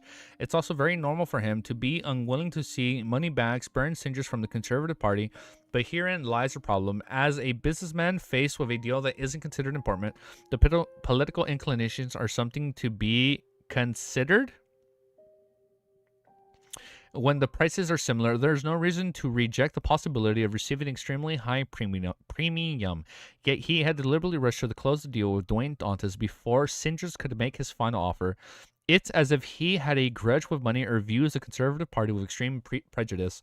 And this doesn't match the current political climate. The Lowing Kingdom's internal politics hasn't reached such a splintered state. From the looks of it, someone is forcing Sinters to do this. As someone who had designed a trap using the Caron's 3% shares as the bait and me as the cover to lure Sinters into the trap, wishing to achieve a certain goal, Klein looked at the street lamps under the night sky as he sighed poignantly. Based on my assumption, if I hadn't discovered the problem tonight and hadn't sent someone to Sinters, the subsequent developments would definitely have me crushed by all kinds of seemingly incriminating evidence, and when the military or the church every night intervenes, there will undoubtedly be a twist in the evidence incriminating Sinters. During this process, just a tiny misjudgment on Sinters' part will result in him treating Dwayne Tauntas as an accomplice of the mastermind behind the ploy. He would use a rather... Wait, what's he going to use? He would use a rather intense method in response, harming the final nail in my coffin. As for the mastermind was and their true goals, Klein had no idea. If he doesn't know, I don't know. All he could do was confirm that Ma'am Mary likely wasn't aware of the truth. She was only used due to her anxious to preserve her control over the coin company. In short, she wasn't qualified to be deeply involved in the mastermind's ploy. Environmental protection, new party, Conservative Party, bankers, acquisition, framing. Framing one word after another surfaced in Klein's mind, seemingly allowing him to see through the present common background. He saw the danger strings that were hidden behind the surface. They existed for a long time and hadn't been quelled because of the Great Smog. It's even possible that it was just an extension of the tragedy. When all of these meshed together, mixed with a tense international environment, Klein suddenly thought of a word: revolution. Revolution. In that second, Klein seemed to catch a whiff of the impending storm, together with the prophecy of the apocalypse. I forgot about that. I wonder how much chaos and madness are brewing in secret. Currently, my main goal is to start for the military and investigate the truth behind the Great Smog of Backland. If I were to get caught up in this maelstrom, there's a high chance I'll get involved in unnecessary problems. Perhaps it might expose my sequence powers, preventing me from continuing my act as Dwayne Doctors. Clyde retracted his gaze, having made up his decision. It was to quickly extradite himself from the matter. As for Syndra's safety, he wasn't too worried. First, the former had the Conservative Party backing him, and he had his own faction. With him on the alert, it would be difficult for him to suffer any further harm. Second, Klein didn't have any deep ties with him, thus providing a warning had already spoken volumes of his character. As for the truth behind Carrion's death, he had no right to carry out any investigations. All he could do was trust in the Nighthawk's rich experiences and admire the means to have a chance of finding the real clues. How should I extradite myself? As long as the shares are with me, it implies that I'll ultimately remain center stage. Get Mam married to acquire it ahead of time. That will be very difficult. She likely doesn't have the funds. Sell it to the Singers, and that will be in violation of the contract. Amidst Klein's flurry of thoughts, he gradually had an idea. What is this idea? His facial muscles twitched as a little for something baffling reason before they relaxed. This is because what he wanted to do was something he had planned on doing but lacked the ability to do so. Furthermore, it would also benefit him from establishing an image, bettering his chances of entering high society. In a room adjacent to the balcony, Shio and Forrest were observing the streets and the garden. One of them was looking at the crimson moon and the half hidden behind the thick fog. There was a prolonged silence. Only when Dwayne Dante's lights were extinguished did Forrest turn to look at her friend. She said in excitement and clear poignancy, being a tycoon sure isn't easy. If you were him, you might have gone bankrupt in 3 days and be sent to jail. Shio shot a glance and said, I can hire a powerful butler, a professional lawyer, and a capable business secretary to help me. Forrest didn't continue, putting her down as she said with a smile, if I were you, I would change all of it to cash, bonds, and property. I'll use the annual income to bring about to maintain a decent life.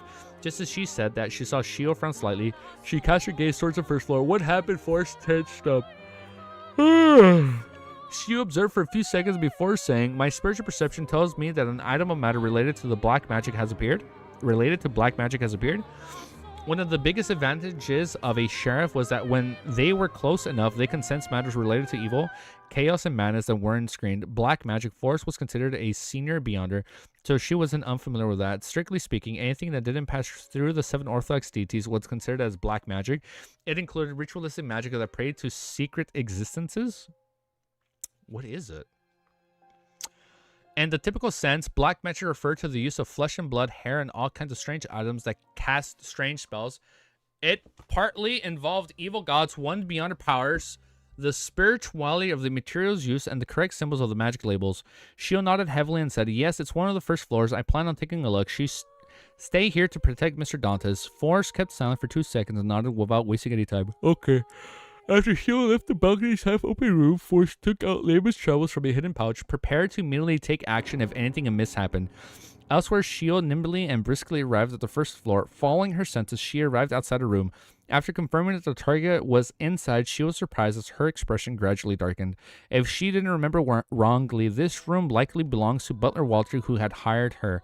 During her momentary daze, the black magic item or matter was triggered, which triggered her spiritual perception vanished. Calm returned to the room as though nothing abnormal had happened. Why am I yawning? Oh, I need coffee. She hurriedly pressed her ears to the door and carefully listened, confirming that there was the breathing of a human inside. After waiting for a while and seeing that Walter wasn't doing anything, she returned to the 3rd floor with a look of suspicion. She recounted her findings to her friend and finally said, do we feign ignorance or think of a way to remind Mr. Dantes? You need a caffeine detox program? I think I do, man, but I will never do that. I love coffee way too much, man. Forrest thought and said, perhaps the butler doesn't have any ill intentions. Let's keep observing. That's the one thing I'll never give up now. Coffee. After studying understand, she tisk and wonder. I went so long not drinking coffee, saying, I don't need coffee. I hate coffee. Coffee tastes gross. Now I am like obsessed with coffee. I have to say that Mr. Dantes is really a pitiful person. Not only was he used by others to harm Baron Sindros and get framed, nearly throwing him into jail and losing his reputation, but he has also Butler who researches black magic with an unknown motive. So I hope he doesn't lose his life because of this. On this front, he's only a helpless commoner. She'll nod in agreement. If we're unable to determine the butler's intentions after 3 days are over, we can leave a slip for him to warn him. The next morning, Klein glanced at Waller in a normal fashion after having breakfast before leaving home with Richardson. He rode on the carriage to St. Samuel Cathedral. After the preaching and prayers, Klein didn't make any donations and said he directly came to Bishop Electra. Is there something, although the bishop was under immense stress due to the infiltration of Chanda's Gate, he was still rather friendly when dealing with the faithful. Klein smiled repeatedly. I've recently been involved in certain matters and have come to recognize my true self. Without waiting for a lecture to inquire, he continued, I wish to establish a foundation that targets the poor. I hope that they can receive help from the church. I will place the coin company shares I have on hand into this foundation. Damn! So as to kickstart the initiative using all the funds obtained from the contact, Electra was nearly stupefied by what he heard because it was definitely a sizable sum. Although it was public knowledge how much Dwayne Tontis spent on acquiring the 3% shares, just from the relevant sources of information, it was estimated to be over £10,000. Furthermore, the future returns were nothing to scoff at. And back then, Madame Mary had been persuaded by many men of status who had wealth in range of tens of thousands of pounds. Therefore, for Dwayne Tontis to suddenly donate more than £10,000 will definitely be considered a generous move. And the whole of the Church of the Evernight, apart from the donations from a deceased will, there would only be a handful of one-time donations that exceeded this amount. This is an act that deserves all kinds of praise. Electra said from the bottom of his heart. Look at that. However, I have the obligation to remind you that you shouldn't do something that exceeds your reach. Klein smiled and replied, this is a small sum for me as well, but it's still acceptable. It wouldn't affect my life and business. Electra smiled, gradually turned warm as he said with a nod, the goddess will definitely watch you. Holy shit, she probably is watching him, dude. But not in a good way, in an evil way. There's no way she has a second title that's all sinister, and that there has to be some implications behind that. The goddess would definitely watch you. Upon hearing this blessing, Klein's expression nearly froze. Electra continued, I'll report this matter to His Grace and try to organize a charity party for this foundation. When the time comes, I'll invite the goddesses faithful from different domains. They will include powerful aristocrats and their families. Let's see if there are any more people who are willing to participate. He knew very well that Dwayne Tontis was attempting to enter high society, therefore he had deliberately made mention of powerful aristocrats. Now you take that back. She is watching. She's definitely watching. And before we read New Mushrooms, I am going to go get coffee. Give me a sec. Let me go turn on the kettle.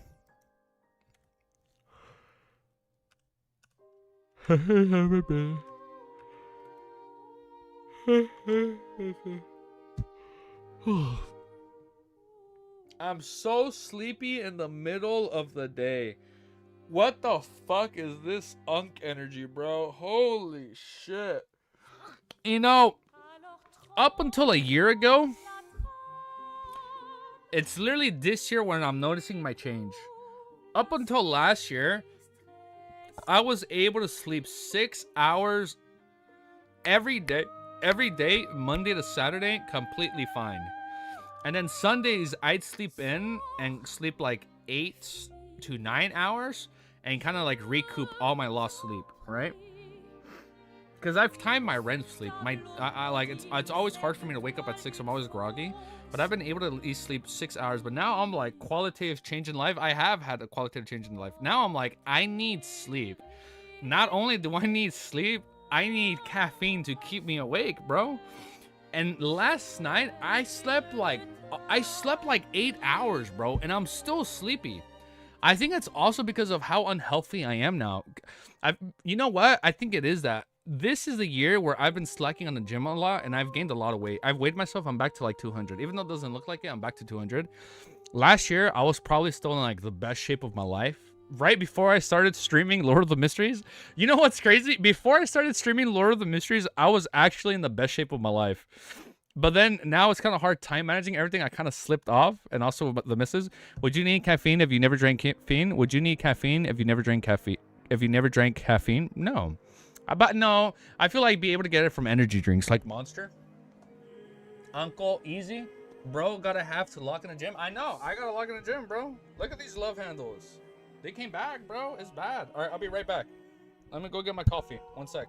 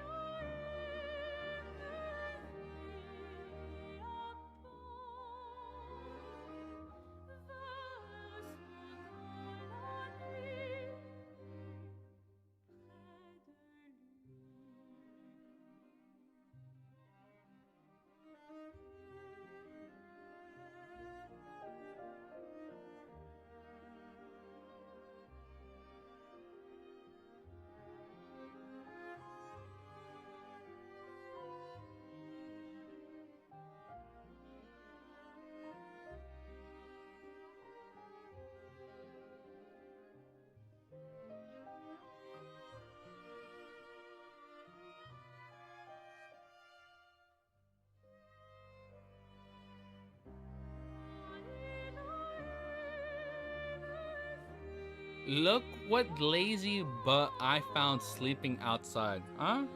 Look who I found sleeping outside. Huh? Hey, you lazy dog. What are you doing? What have you done all day? You've done nothing all day. Why are you acting all tired? Why are you sleeping in the middle of the day? Huh? Why are you asleep in the middle of the day, huh?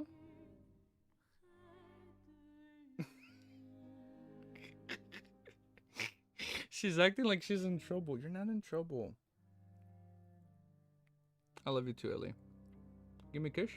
Look at this lazy dog. I'm just waiting for my coffee. I could get really chiseled if I stopped eating so much. I know, man. Hey, we gotta have like, you know what I think we should do? We should have like our own.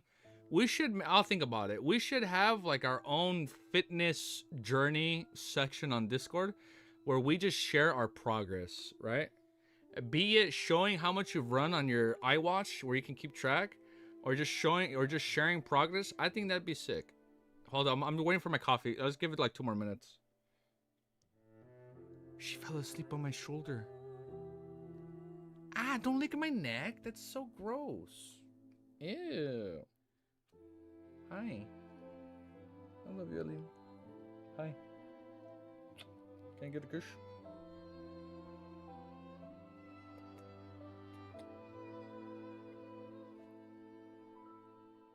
Hi, lazy butt. What are you up to today? Huh? What have you done all day?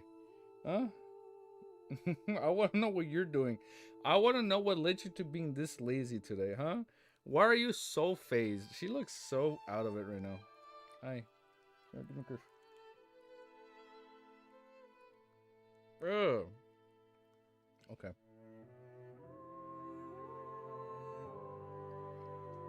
How's this look on camera? Wiz is not the unk anymore. Easy is now the unk. Never have I ever. I don't know what you guys are talking about. What do you mean, dude? I have never been an unk in my entire life. What are you talking about? I have never given off unk energy, bro. Lee, I don't know what you're talking about. That is the most unk thing I've ever heard someone say. Okay, I hear my coffee. I'll be right back. 1 sec. BRB, I hear my coffee.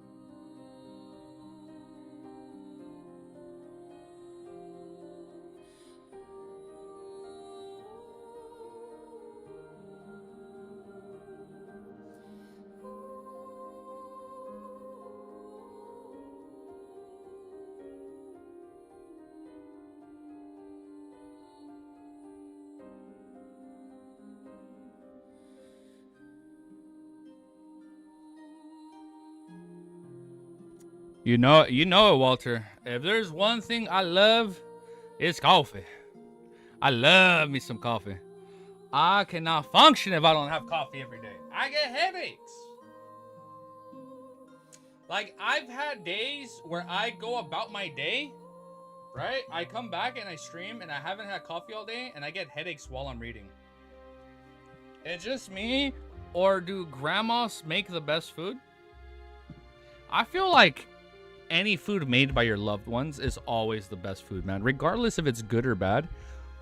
Whenever like an older loved one of yours makes food, you know, being blood family or not blood, like, you know, not blood related, I feel like they always make the best food, man. Damn. All right, you guys ready? Next chapter. Easy. What is your favorite brand of coffee? I don't have a favorite brand, man. I gotta show you. It's a Ness. Oh my god, I forgot what it's called. I'll just show you guys on stream right now. Just started out a bunch of tabs into groups. Sorted, dude. Username. Why do you have so many tabs? That's crazy, dude. It's wild. I always get like this caramel one, but let's keep. Well, actually, no, I can't read until I get a sip. It's too hot for hot coffee. I should have made iced coffee, but it's okay.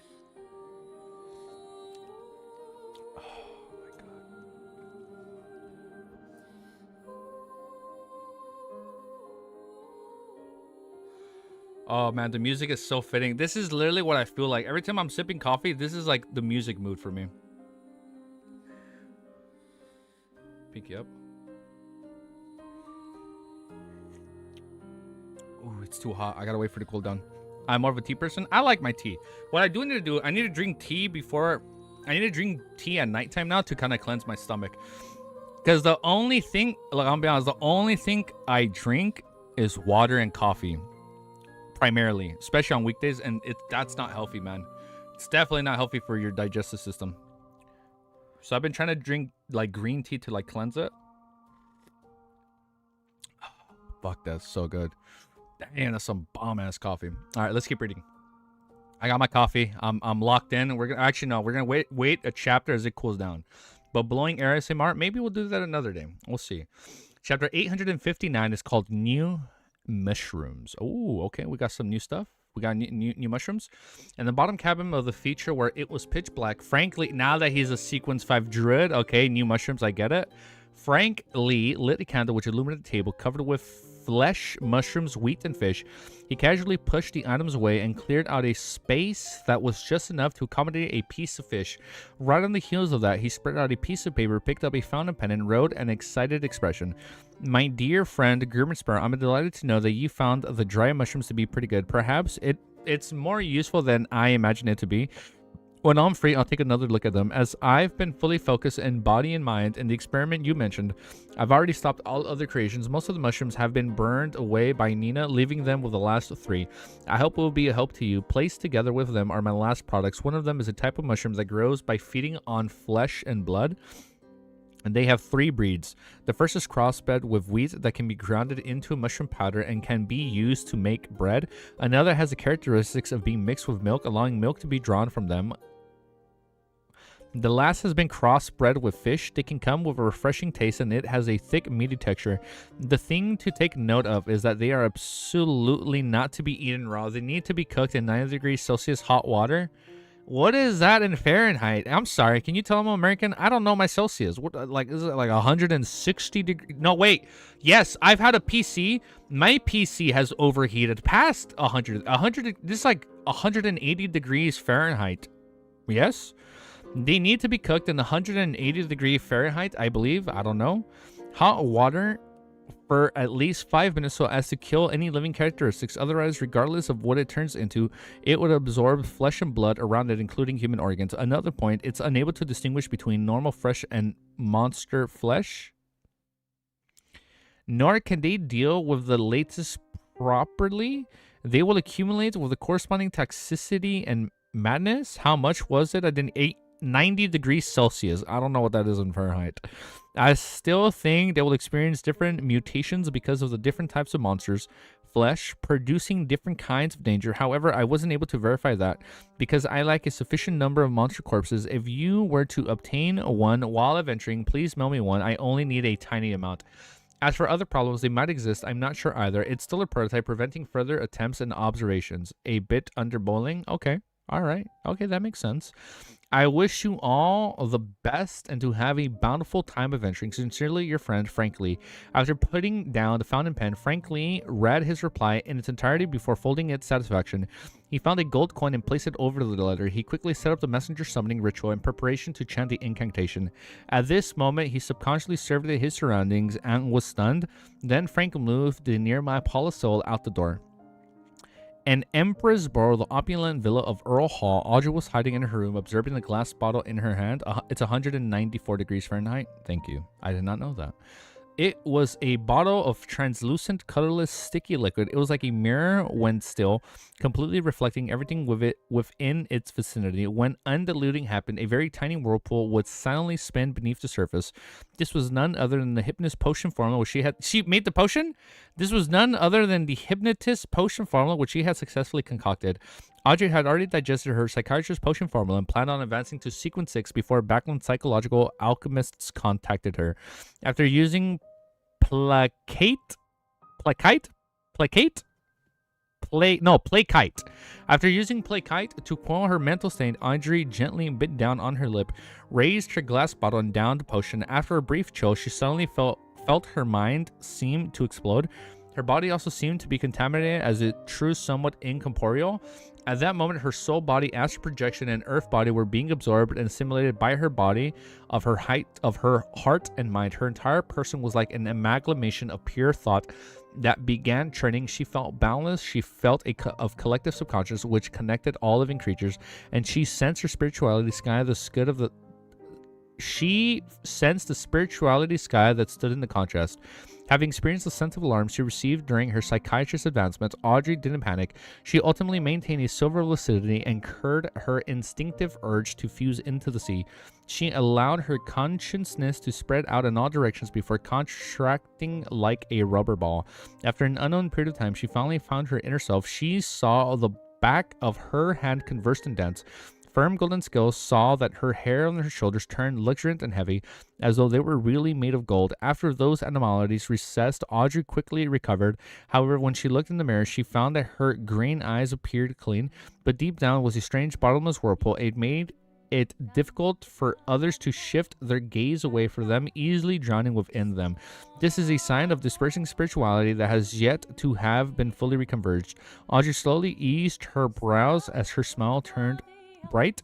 She looked at herself in the mirror and nodded gently, finding it hard to hide her smile. Audrey, you are already sequence 6. After she calmed her emotions, she seriously introspected herself to determine her new beyond her powers and the qualitative changes. After some work, Audrey came to a rough understanding of the situation. First, her constitution has received a significant enhancement, be it her strength or agility. It has exceeded, be it her strength or agility, it had exceeded an ordinary person's. She could also form a layer of scales. What, dragon scales? She can form a layer of scales over her skin. That is one step closer to becoming her dragon form. She could also form a layer of scales over her skin, largely resisting and reducing any damage. Second was a qualitative change in her psychological cue. It became a form of hypnosis within the non-combat domain. As long as she made the target focus on something, Audrey could open a door to her body of heart and mind and directly alter their conscience and affect their subconscious. This way, the target wouldn't notice that they were abiding by her arrangements, taking her actions that didn't match their true intentions. Of course, if Audrey's arrangement directly harmed the target's life or something he subconsciously placed great importance on, then the target would produce some intense resistance, causing the hypnosis to fail. In addition, if the target had a strong soul and firm body and mind, they would be able to resist hypnosis to a certain extent. Third, battle hypnotism. Audrey could forcefully hypnotize an enemy, making them do something abnormal, such as attacking her companions or avoid her, the hypnotist. However, such hypnotism only lasted for short periods of time. The target would quickly snap awake and sense the problem.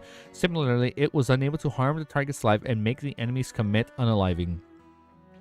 Fourth was such a psychological invisibility. With one's control of the target's body of heart and mind, allowing oneself to remain in the blind spot of one's consciousness, she could achieve the effect of invisibility despite someone standing in front of her without being able to sense her. Okay, very impressive. So she can hide in plain sight. Very impressive. My only regret is that I still lack beyond her powers that can launch direct attacks. Audrey puffed her cheeks in an indescribable manner as she tried hard to converge her spirituality, make her eyes less intoxicating. After mostly limiting her abnormality, she opened the door to let Susie in. With the help of the golden retriever, she began familiarizing herself with her new beyond her powers.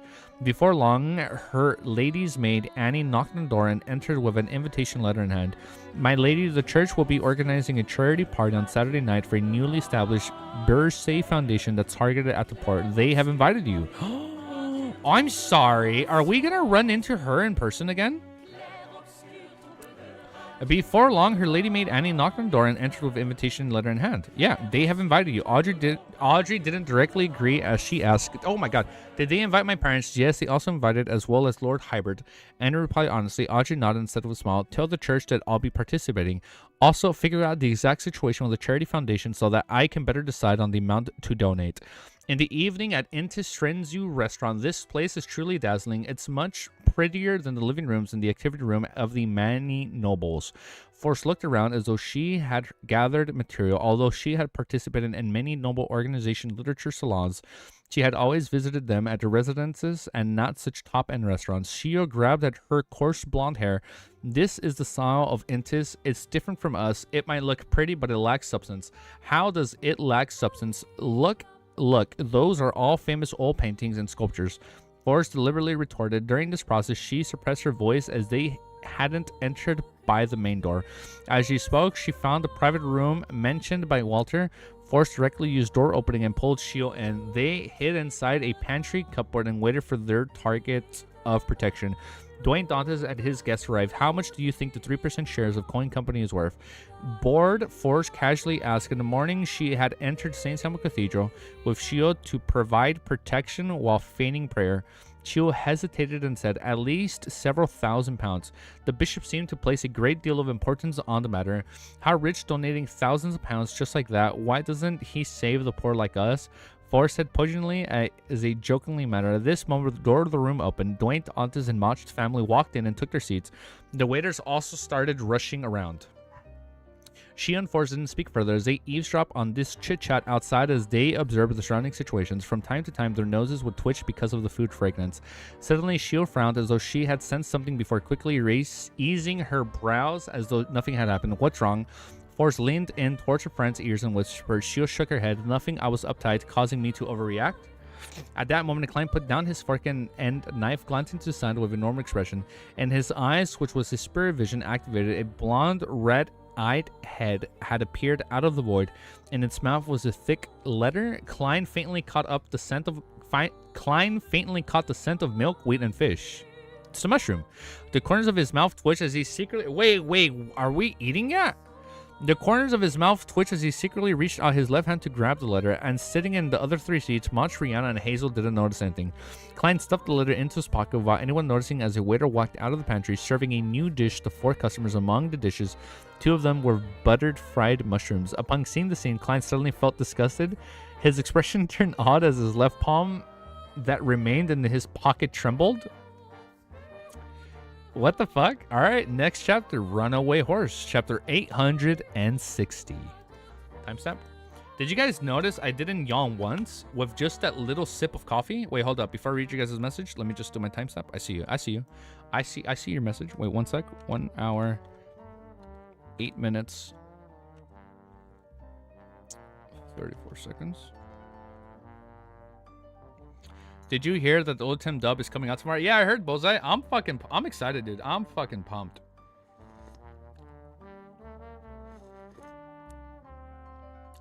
Not true. What if they can't cook? Sorted Bro is no longer chaotic. Just each session for that save when I reset the build up.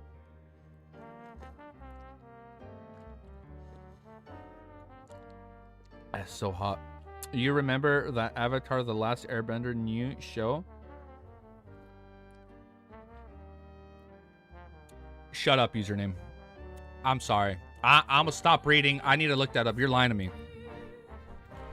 It's officially been shown? Avatar? Yeah, I saw that. I saw Linnaeus' Dunqua design. That is not what he looked like in my mind.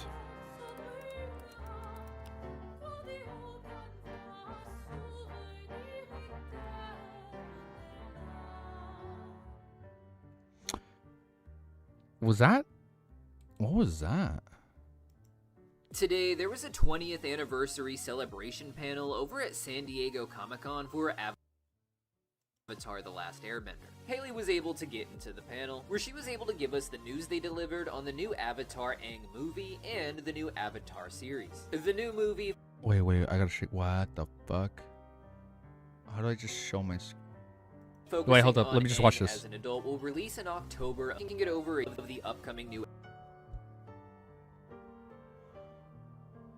Are these earthbenders?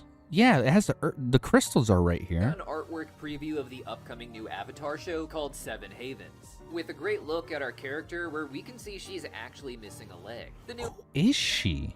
Avatar is named Pavi, and her it's a new avatar?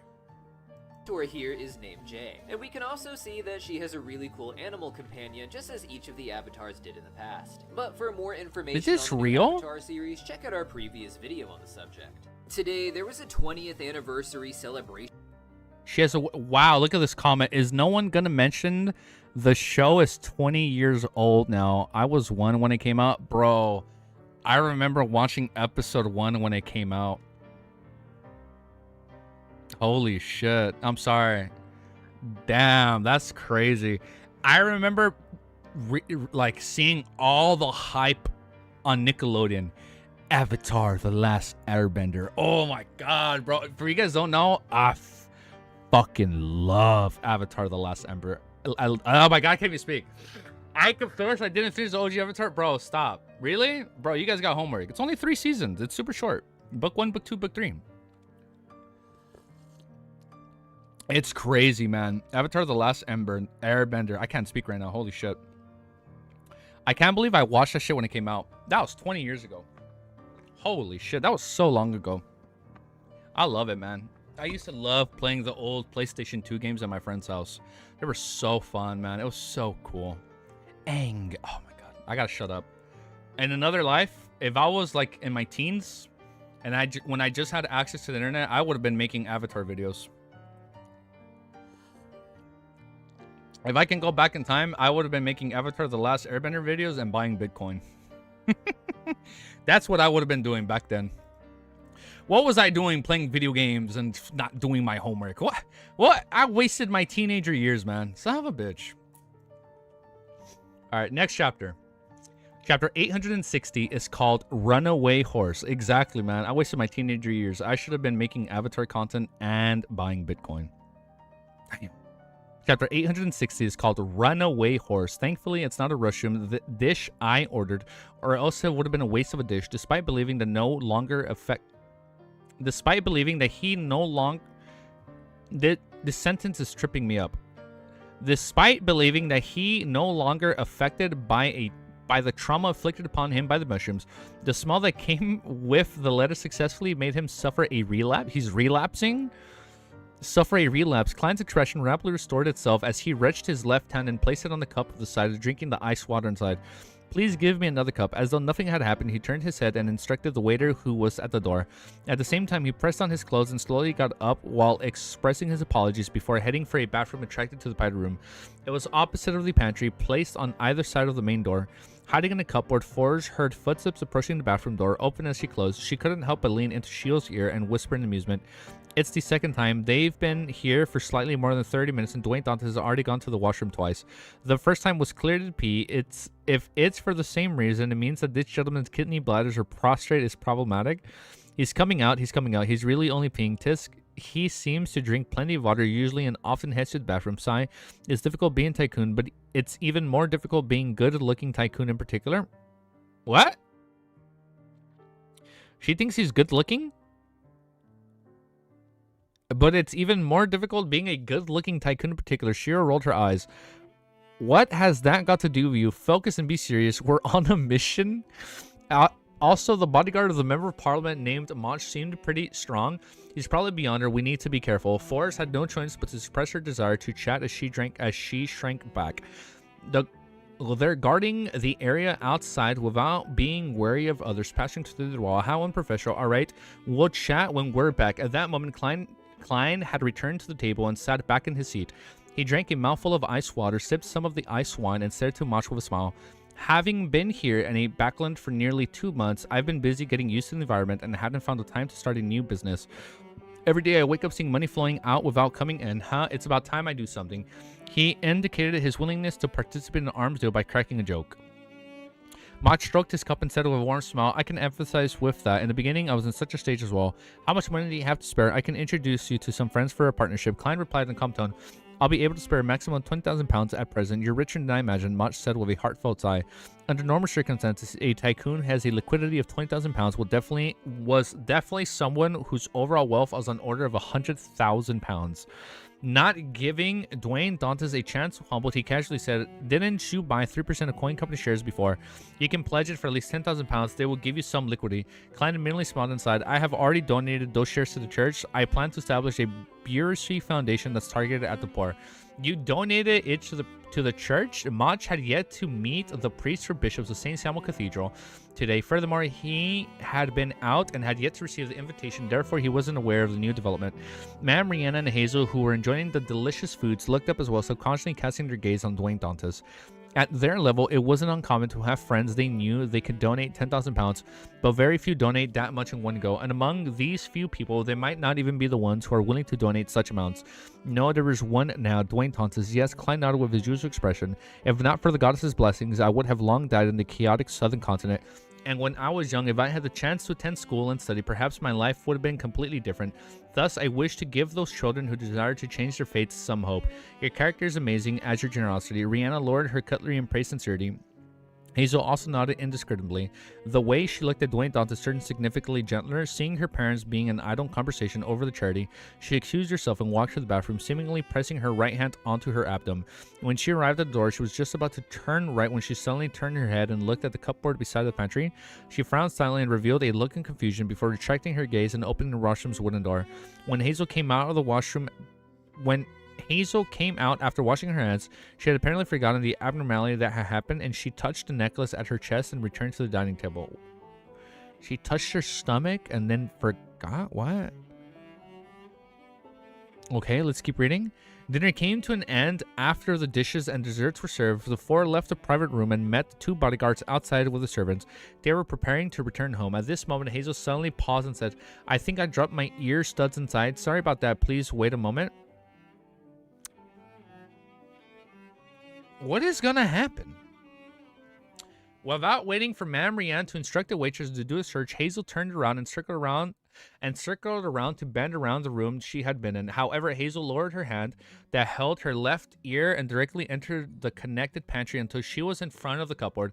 She then placed her hand on it. She had planned on opening the door to the cupboard at an extremely fast speed, but after some thought, she decided to be cautious by holding on to her necklace with one hand and turning her body sideways to prevent any sudden attacks from whatever was inside. An attack? As she held her breath, Hazel took the chance when the waiter was clearing the table and decided to suddenly pull the door open, exposing whatever was inside. However, apart from some spare cutlery in the tablecloth, there was nothing. Hazel once again wore a look of puzzlement as though she couldn't believe the scene before her eyes. I clearly sensed something very valuable inside, she muttered underneath her breath and quickly closed the door before her maidservant chased up to her and walked out of the pantry. Outside the Intis Srenzo restaurant, Forrest and Shield turned their heads simultaneously and looked inside. That girl actually... Oh, she noticed them! That girl actually noticed us. Forrest whispered in disbelief and amazement. If she... Oh! Was this live? Oh, shit. What's up, dude? I'm gonna go say... Let's go say what's up. Wait, can I even open up a stream? Because I know he has a green screen now. I'll be honest. I don't even think I can open up his stream. I don't think I can open up his stream. She's a marauder. Okay, I can't open up her stream. I can't open up his stream. Because I know he has a green screen, right? I don't know if it's safe. Don't? Okay, don't. I'll go. Damn. I should, huh? The fact you said don't, I should open it, huh? Do not. He is way ahead of you. Fuck. Alright. Hey, yo, somebody tell him to take the day off, bro. Yo, tell him to take the day off. The F1 practice run starts tomorrow, bro. Practice day is tomorrow. Tell him to take the day off. I'm kidding. I lost my fucking place. What was it? She sensed us? She placed her... Where was it? She sensed us? I found my place. Forrest whispered in disbelief and amazement.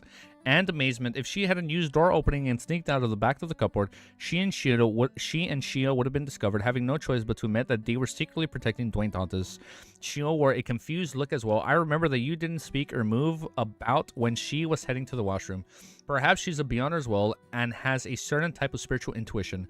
Forrest made an uncertain guess. Mr. Dwayne Dantes sure leads a difficult life. He often encounters the powerful strugglers between tycoons and nobles while having a butler that secretly studies black magic at home. Furthermore, there's a beyonders with mysterious powers living nearby. By the way, what's her name? Hazel. She was looking for Dwayne Dantes' carriage, perhaps to hide underneath, when her gaze suddenly froze. Forrest looked. That person is acting oddly. Forrest traced her gaze and saw a middle-aged man in a black formal suit. He was pacing along the side of the street, looking very anxious and frustrated. How is he acting oddly? Forrest didn't have the time to observe him carefully as she directly asked. Shio answered simply, he dressed as a decent gentleman, but his shoes are very dirty. It's as though he hasn't shined them in a while. As you know, Backlund is covered in dust. Also, he would touch the area underneath his armpit. I dare bet that there's an underarm holster hidden there. Apart from that, his expression and attitude imply that he isn't normal. Huh? They're coming out soon. I'll head to the carriage first. Watch the person ensure that Mr. Dantes is protected.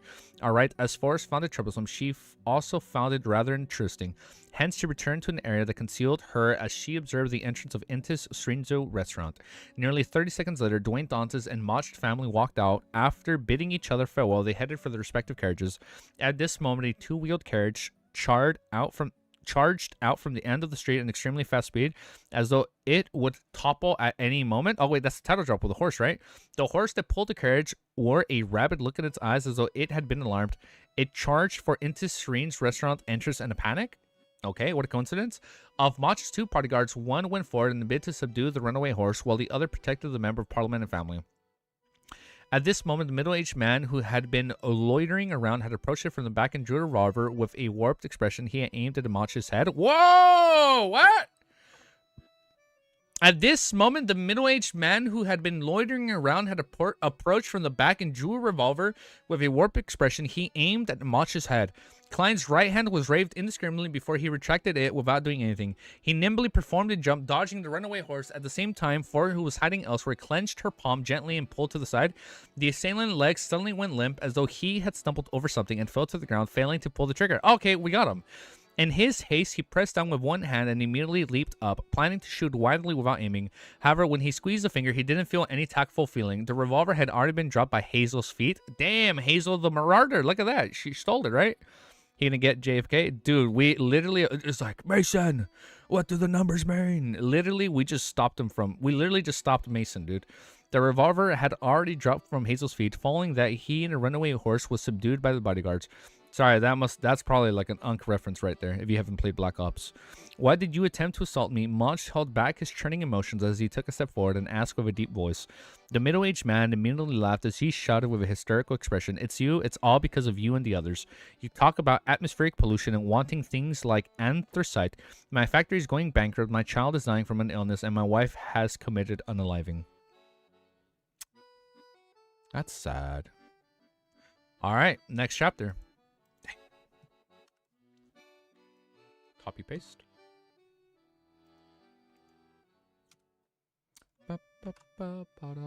The betrayer.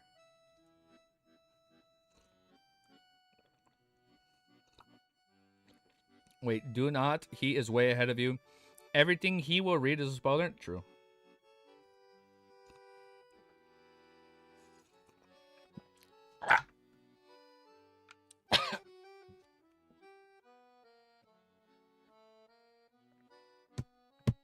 I drink it too quickly.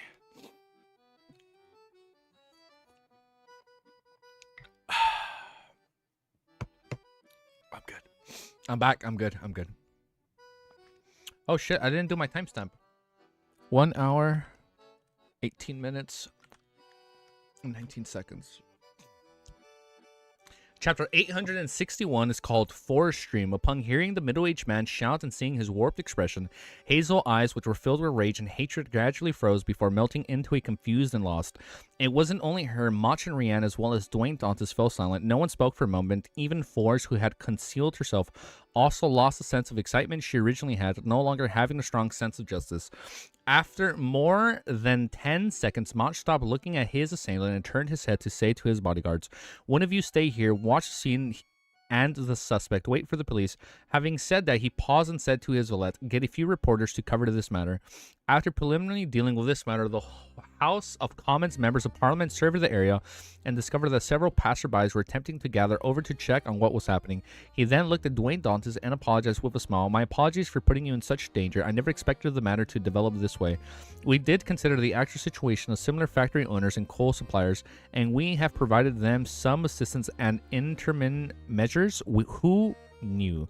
Coming up with a bill is something, but actual implementation is an entirely different matter. When atmospheric pollution becomes abnormally pressing and the various parties exert immense stress, it is no surprise that a cookie cutter solution is employed." Klein sighed and said with a self-deprecating laugh, "There's no need to keep my feelings into the consideration. I have been in even more dangerous situations in the past." On the surface, it appeared as though he was referring to his encounters when doing business in the southern continent's West Ballum. In fact, he had recalled Magoose, who was pregnant with an evil god spawn, the terrifying meteor that had crashed down from the sky, Cynthia, who wanted to bear a child for Admiral Amirs, and the Rose School of Thought angel and numinous episcopate monster who had collapsed the mountain outside Bayham. Compared to these, what had happened here was like a drizzle. He didn't even need to consider his own safety since there was Shio, Miss Magician, and Hazel. He didn't even take action besides dodging normally like an experienced adventurer would do.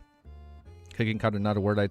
Cookie cutter is definitely not a word I think would come up in this series. His focus was on whether this would result in storm. Mott sighed and nodded. "I can tell that you're very calm. I once doubted your experiences, but now I'm convinced. All right, Dwayne, let's return home separately. Let's leave the rest of the police. If there's a need to take a statement, they will do it at your residence." Klein nodded and said to Mosh and family, "Be safe." Mosh nodded seriously and sighed once again. Backland's social seasons has just begun, and this happened. Cherish the peace we have now. Backland's social season is marked by the return of the House of the Lords of Members Parliament. It seems to have begun since last weekend, and this weekend the two cases that happened consecutively, the harm dealt by Baron Singers and the assault of the Member of Parliament Mosh. As he thought Klein didn't stay put, he brought Richardson, who clearly looked a little shaken, and walked towards his carriage. When he got into it, he watched the scenery fly backwards as he sighed and half closed his eyes. He was presently unable to determine if the assault hadn't evolved beyond our powers, as everything that had happened could be done by ordinary people. As for the middle-aged man, he had sufficient reason to do so. They didn't need to deliberate fabricating, as Klein believed that in Backland, at present, there were more than one former factory owner of the employer that had lost their livelihood because of a similar development. The only thing that felt questionable was that Mosh was the target. Although the House of Commons were the supporters, advocates of the environmental measures often make relevant speeches and are interweaved by the papers, he wasn't the most obvious target during the pass of the bill, and so maybe this is a setup. In comparison, there was a higher chance that the members of the National Atmospheric Pollution Council were picked as targets for revenge. Klein leaned on the carriage wall as he slowly opened his eyes, seeing that it was already dark and cloudy with rain already pattering down. Once again, he realized how the maelstrom hidden beneath the seemingly calm Backland surface was intensifying. Reining in his thoughts, Klein raised his left palm and tapped his pocket. In it was what he believed to be Frank Lee's reply and some unknown mushrooms.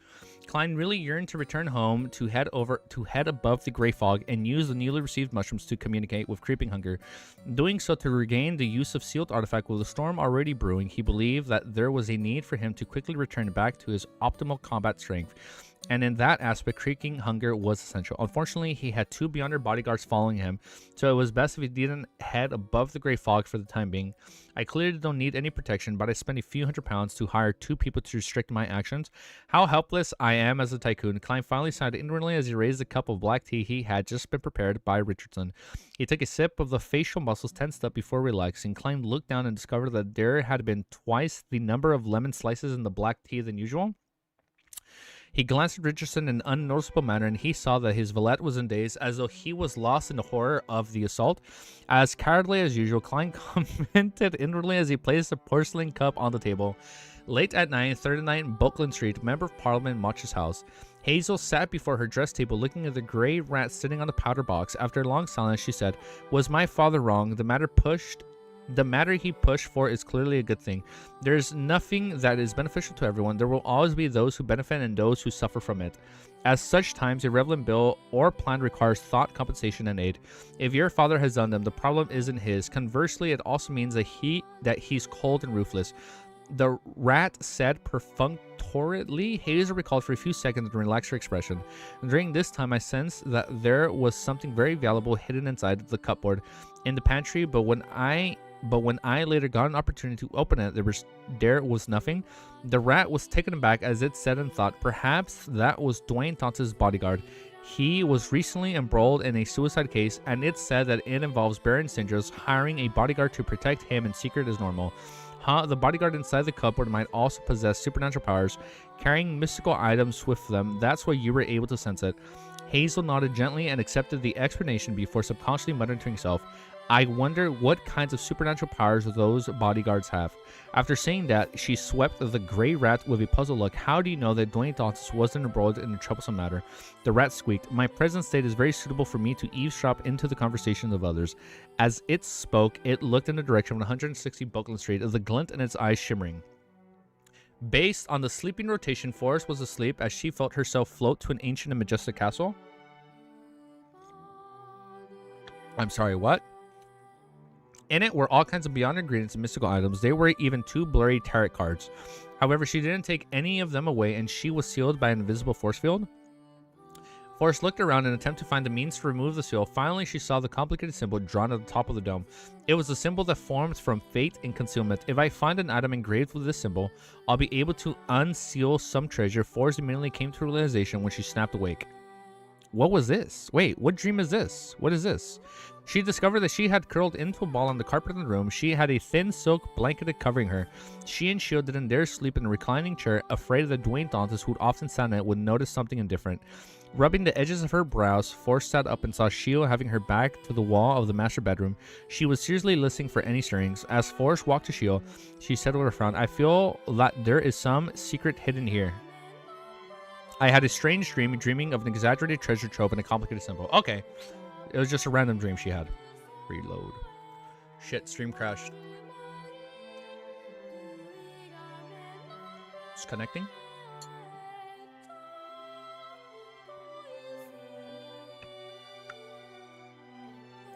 The plot thickens. Alright, we're back. Stream is back too. What was it? I had a strange dream. Let me read this part after we refreshed our page. I feel that there is some secret hidden in here. I had a strange dream, dreaming of an exaggerated treasure trove and a complicated symbol. As an astrologer, she instinctively believed that there was a problem with her dream. Noticing that serious look on Forrest's face, she suppressed her words of doubt and said after some thought, perhaps there really is some sort of secret. I once heard a proverb regarding the mysterious world. It goes, when a beyond our element is discovered somewhere, there must be a second one. Ignoring the butler who can't tell if he possesses beyond powers or not, that Miss Hazel is someone with a beyonder element around her, or should I say that this street likely has a second one. Forrest nodded gently before laughing. However, it has nothing to do with us. You will receive our remunition tomorrow evening and terminate this bodyguard mission. We will leave this place, the most pitiful of all Dwayne Dantes. He's innocent and ordinary, but he ends up involved with troublesome matters and beyond our elements. If only they knew. Having said that, Forrest looked at Shio and joked, Quickly wish him that the goddess would watch over him. I'm a believer of the goddess of sea machinery. I won't be able to do so. Shio seriously considered for 2 seconds before drawing a crimson moon on her chest, piously muttering, may the goddess bless Mr. Dwayne Dantes. Dwayne's pitiful and ordinary. If only they knew, dude. Oh, shit. Forrest was snapped out of her reverie as she covered her mouth and yawned.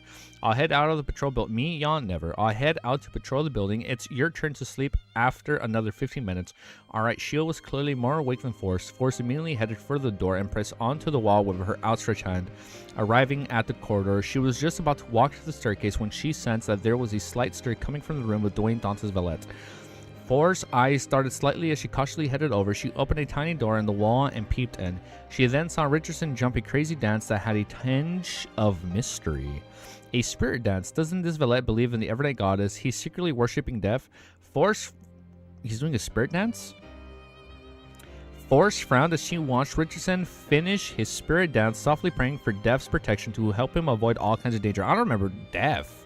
After everything came to an end, Forrest Tisk as shook her head. She silently said to herself, "What a pitiful man, Mr. Dantes." Mr. Dantes. Oh shit, dude. Oh, I feel like Klein is gonna get a hint to Death through his butler. Okay. I feel like Butler Walter would actually low-key give him a hint behind Death. What a coincidence. I think not. All right, let's keep reading. 862. Wow. Hold up. Before I read, what chapter? I started at what chapter today?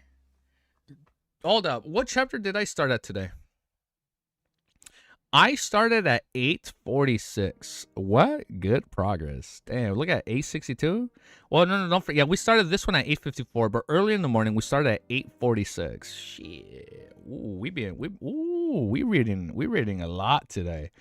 Oh shit. I do have to end stream though in 20 minutes. So this is gonna be our last chapter, as I fucking say that. This is gonna be our last chapter, and then I have to do like a somewhat meeting. And then after that, I was going to go watch Fantastic Four with Little Easy and the Missus. And potentially when I'm back, if it's not too late, I'll fucking read like 5 more chapters, man. When I come back, I might read 5 more chapters. The third stream potentially might not happen. Really good progress, and we're going to keep it up today. I am going to have a nice long chat with her today. Either Saturday, Sunday, or Monday, I will do... It's not going to be an official 24-hour stream, but I will make it my due diligence to only read Lord of Mysteries all day. I will eat my breakfast, dinner. I will eat my breakfast, lunch, and dinner here with you guys on stream, so we can read as much as we can. Don't tell Wiz that, by the way. He doesn't need to know. He doesn't need to know that, okay? He does not need to know that part. But next chapter, timestamp. Chapter 862 is called Kind Warning. After returning to the room with the balcony, Forrest looked at Chio, who had her back against the wall, and whispered, "Guess what I saw? That male servant, Dante's valet, is actually a believer of Death. He was a dancing spirit. He was dancing a spirit dance and praying." Chio widened her eyes before relaxing her expression. "When it comes to Mr. Dantes, that's the least of his concerns. Yeah, the valet renamed Richardson is clearly of the southern continent heritage. Perhaps he was born there, so it's not surprising that he worships deaths." Forrest replied with a smile, "I know, I just find it interesting. Aren't there a little too many people with secrets around Dwayne Dantes? I woke up surprised if I were to discover one day that all the living beings in this building except him, including the housekeeper, maids, gardeners, carriage drivers, earthworm, bugs, and rats, are related to the mystery and the Beyonders." About a little bit. I would be able to easily accept the reality. Shia rolled her eyes. If that were the case, Mr. Dwayne Dantes definitely wouldn't be a simple person. Having Beyonders and supernatural creatures around him means that he might be the spawn of an evil god or the grounded angel. Waiting for Forrest to expand the scope of the conversation, Shio asked, "Didn't you say that you had a strange dream involving treasure? Why aren't you curious about considering what it symbolizes? Perhaps it might actually exist." Forrest chuckled. "Such a dream often implies trouble and danger. I'll consider it again if I have a chance of encountering the symbol." Although she said that, her true thoughts were, "There's quite a bit of problem with that dream. Who knows if there's a ploy behind it? I'll consult Mr. Hangman, Ma'am Hermit, and Mr. Wald at the Tarot Gathering next week before deciding what to do. They are experienced and powerful Beyonders. Perhaps they have had similar experiences." "You've matured." She nodded and exerted strength in her bag. She bounced off the wall and walked to the spot where Forrest had been sleeping before. "Mature?" Forrest scoffed and leaned in towards her friend. She straightened her back and looked down at her friend's hair. Without waiting for Shio to become enraged, she sighed. "You're the one who matured. I still remember this time last year. You did things based on instinct, arbitrating with your fist. From time to time, you would commit mistakes without realizing it and become lost. You're much better now. They've come such a long way, dude." Shio was stunned as she lay down as she covered herself with a thin silk blanket. With her face facing forward, she grumbled, "The main reason why I got lost was because of you being a burden by my side." Forrest chortled and nodded and thought, "That's a characteristic of apprentice. It has nothing to do with me. Get it?" Seeing Shio on the floor, she walked to the wall adjacent to the master bedroom and seriously started being a bodyguard. As the night slowly passed, the sky gradually lit up. Klein got up to have breakfast and received visits from the 2 batches of the policemen and a batch of reporters. They were here for further investigations regarding Arian's unaliving case, while another was to obtain more details regarding the Member of Parliament Malch's assault. With Walter's help, Dwayne Dantes met them and quickly handled the matter. In the afternoon, Malch suddenly visited and urged Klein, joining the club for a game of tennis. He was a member of a few clubs, but there were only one club that overlapped with Dwayne Dantes' East Ballum Military Veterans Mess. This is to confirm the arms deal. Klein managed to read between the lines and immediately got Richardson to get his coat, top hat, and cane. He rode in the carriage and headed for the sandy yellow unique building at Hillston Borough with the Member of Parliament. They entered the club and used the same room as before. Klein once again met the long-faced army colonial from the Ministry of Defense, Calvin. After habitually exchanging pleasantries for a few minutes, Calvin finally focused on the main topic at hand. He looked at Dwayne Dantes and said with a chuckle, "I heard from Mocht that you can have 20,000 pounds available. Although it will make me tight on funds, if it's true, I can." Klein replied with a smile. Calvin nodded in satisfaction and said after some pondering, "There won't be any need for 20,000 pounds for now. The batch of firearms, explosives, and small number of cannons reserved for you is in particular warehouse in East Ballum. There's not that much, enough to equip about 3,000 to 4,000 people. Damn! Based on the price of decommissioning them, it will cost 10,000 pounds at most. Of course, you will have to give me 15,000 pounds. He didn't mince his words in any way, as though this was common in the low and military. No problem, Klein said as he nodded calmly. Calvin immediately chuckled. Excellent, Mach has a keen eye for people. A person who wants to do such business absolutely mustn't be stingy. The batch of firearms is worth at least 20,000 pounds in West Ballum. If you can find suitable buyers and fully showcase your experience in the area, it's entirely possible to sell them for 30,000 pounds or even more. By the way, the transportation fees and escort fees will be borne by you. We will be only to send 2 or 3 personnel to assist you. As expected, there will be monitors. Klein listened in silence, believing that it was time that he urged Admiral Stars and the Knids to quickly provide him with information on West Ballum. Dwayne, the Lord of the War arc? That's literally what's going on right now, dude. He pondered for a moment and said, roughly when will it begin? The batch of firearms will take another 2 weeks before being placed in the corresponding warehouse. When it happens, after the period is up to you, you don't have to pay it in full at once.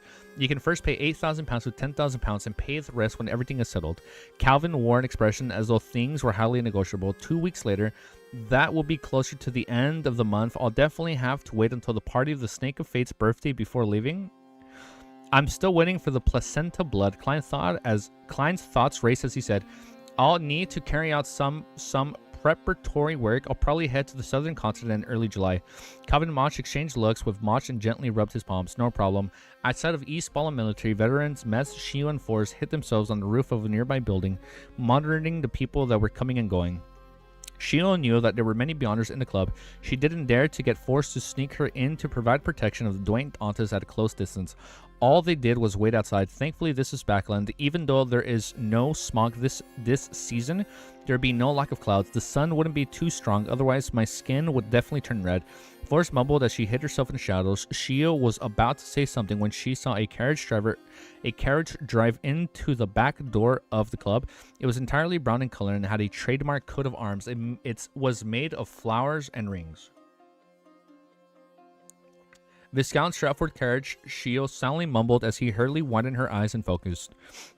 She then saw a familiar figure who was a stranger to her get off the carriage. Suddenly, my bodyguard, the figure entering East Ballum's military veterans mess. What's wrong? Forrest noticed her friend's abnormality. Shio didn't conceal the matter as she frankly said, I saw Viscount Stratford. He also came to this club. The captain of the Royal Guards, Forrest asked in surprise. Yes, Shio nodded heavily. Forrest turned to Gabe, hoping to say something, but she was at a loss as to what to say. All she could do was look, pretending to monitor for anything that was amiss. After a while, she saw Dwayne Dantes walk out. 160 Boakland Street received another guest in the afternoon.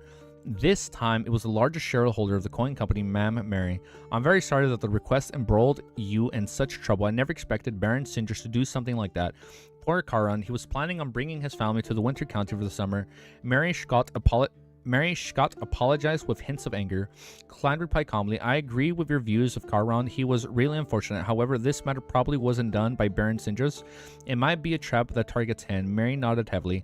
I've heard of the theory. It's said that the police department is planning to hire a skilled forensics pathologist to dissect the corpse to search for any missing clues.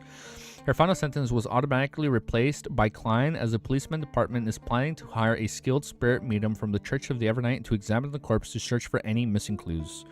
I wondered what would be discovered. Klein raised his right hand and tapped his chest 4 times in a clockwise fashion. May the goddess give Chiron, peace, and that the true murderer behind his death will suffer punishment.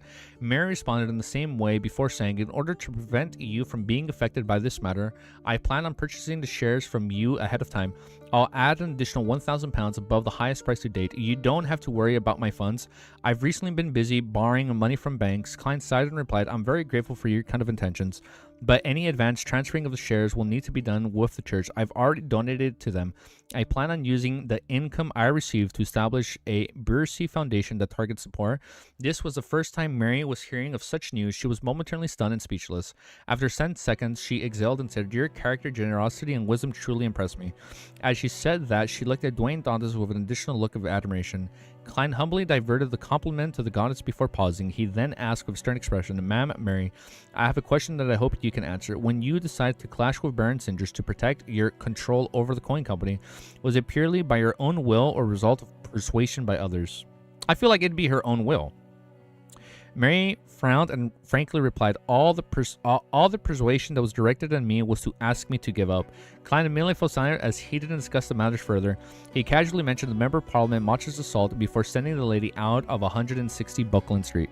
After dinner, Walter came to the half-open room with a balcony and said to his employer of the reclining chair, Sir, the 2 bounty hunters have been dismissed. It cost a total of £300 for 3 days, excluding the food provided. They're finally gone. Klein immediately relaxed as he nodded, acknowledging his butler's reply.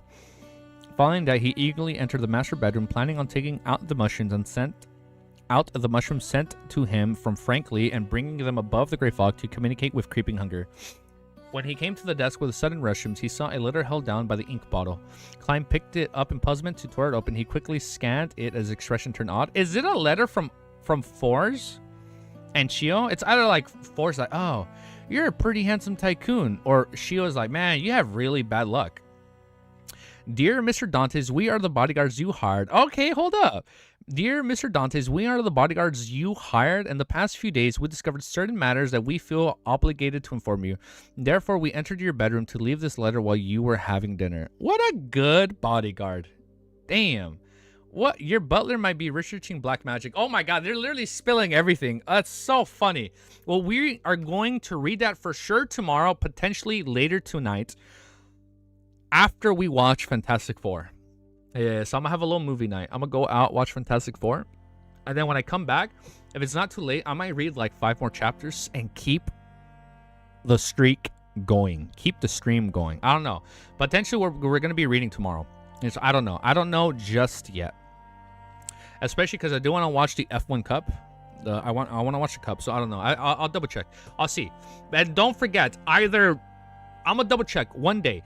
Either Saturday, Sunday, or Monday. It's not going to be a 24-hour stream. I mean, we could. But I will do my best to stream and read Lord of the Mysteries for as long as I can. And remember, do not tell our competitor. He doesn't need to know this. We're going to catch him by surprise, okay? This stays between you and me. Wiz thinks he has a race. I know he's currently in like 1011. 1011? Wow. But it's okay. What's okay? We're gonna gain the lead. We were originally 190 chapters behind. Now we are 150 chapters behind. X, press X to doubt, unhinged. Someone time him out. I'm kidding, unhinged. I love you. Someone's not fucking kidding. Point is, we're gonna make sure. And you know what, man? If it takes more than one really long stream. Yo, what? Why are my own mods pressing X? What is this blasphemy?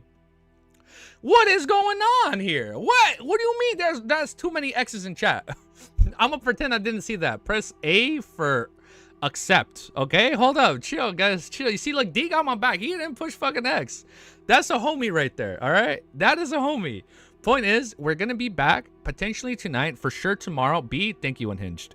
Where you see, that's better. That's better. A, B, those are a lot better letters than X. Okay. Ew. Doubts. How dare you guys? You know what? I'm not streaming over the weekend anymore. How about that, huh? What if I just end the stream right here, right now, and don't do any overall thoughts, huh? No, fucking kidding. All right, I'm gonna end stream. Quick recap. I like what we're reading. Volume 4 is so far, hands down, most likely, 100% sure, the best volume. It's just so good. Press X to doubt. No. up, down, left, right, left, B, A star. We'll see what happens. All right. You guys have a beautiful day. This is an amazing volume, and we are going to resume it on Friday and either Saturday, Sunday, and definitely Monday. Peace. And have a beautiful, gorgeous day. And don't forget, praise the fool. And I will see you guys all very soon. Peace. Peace out. Peace out.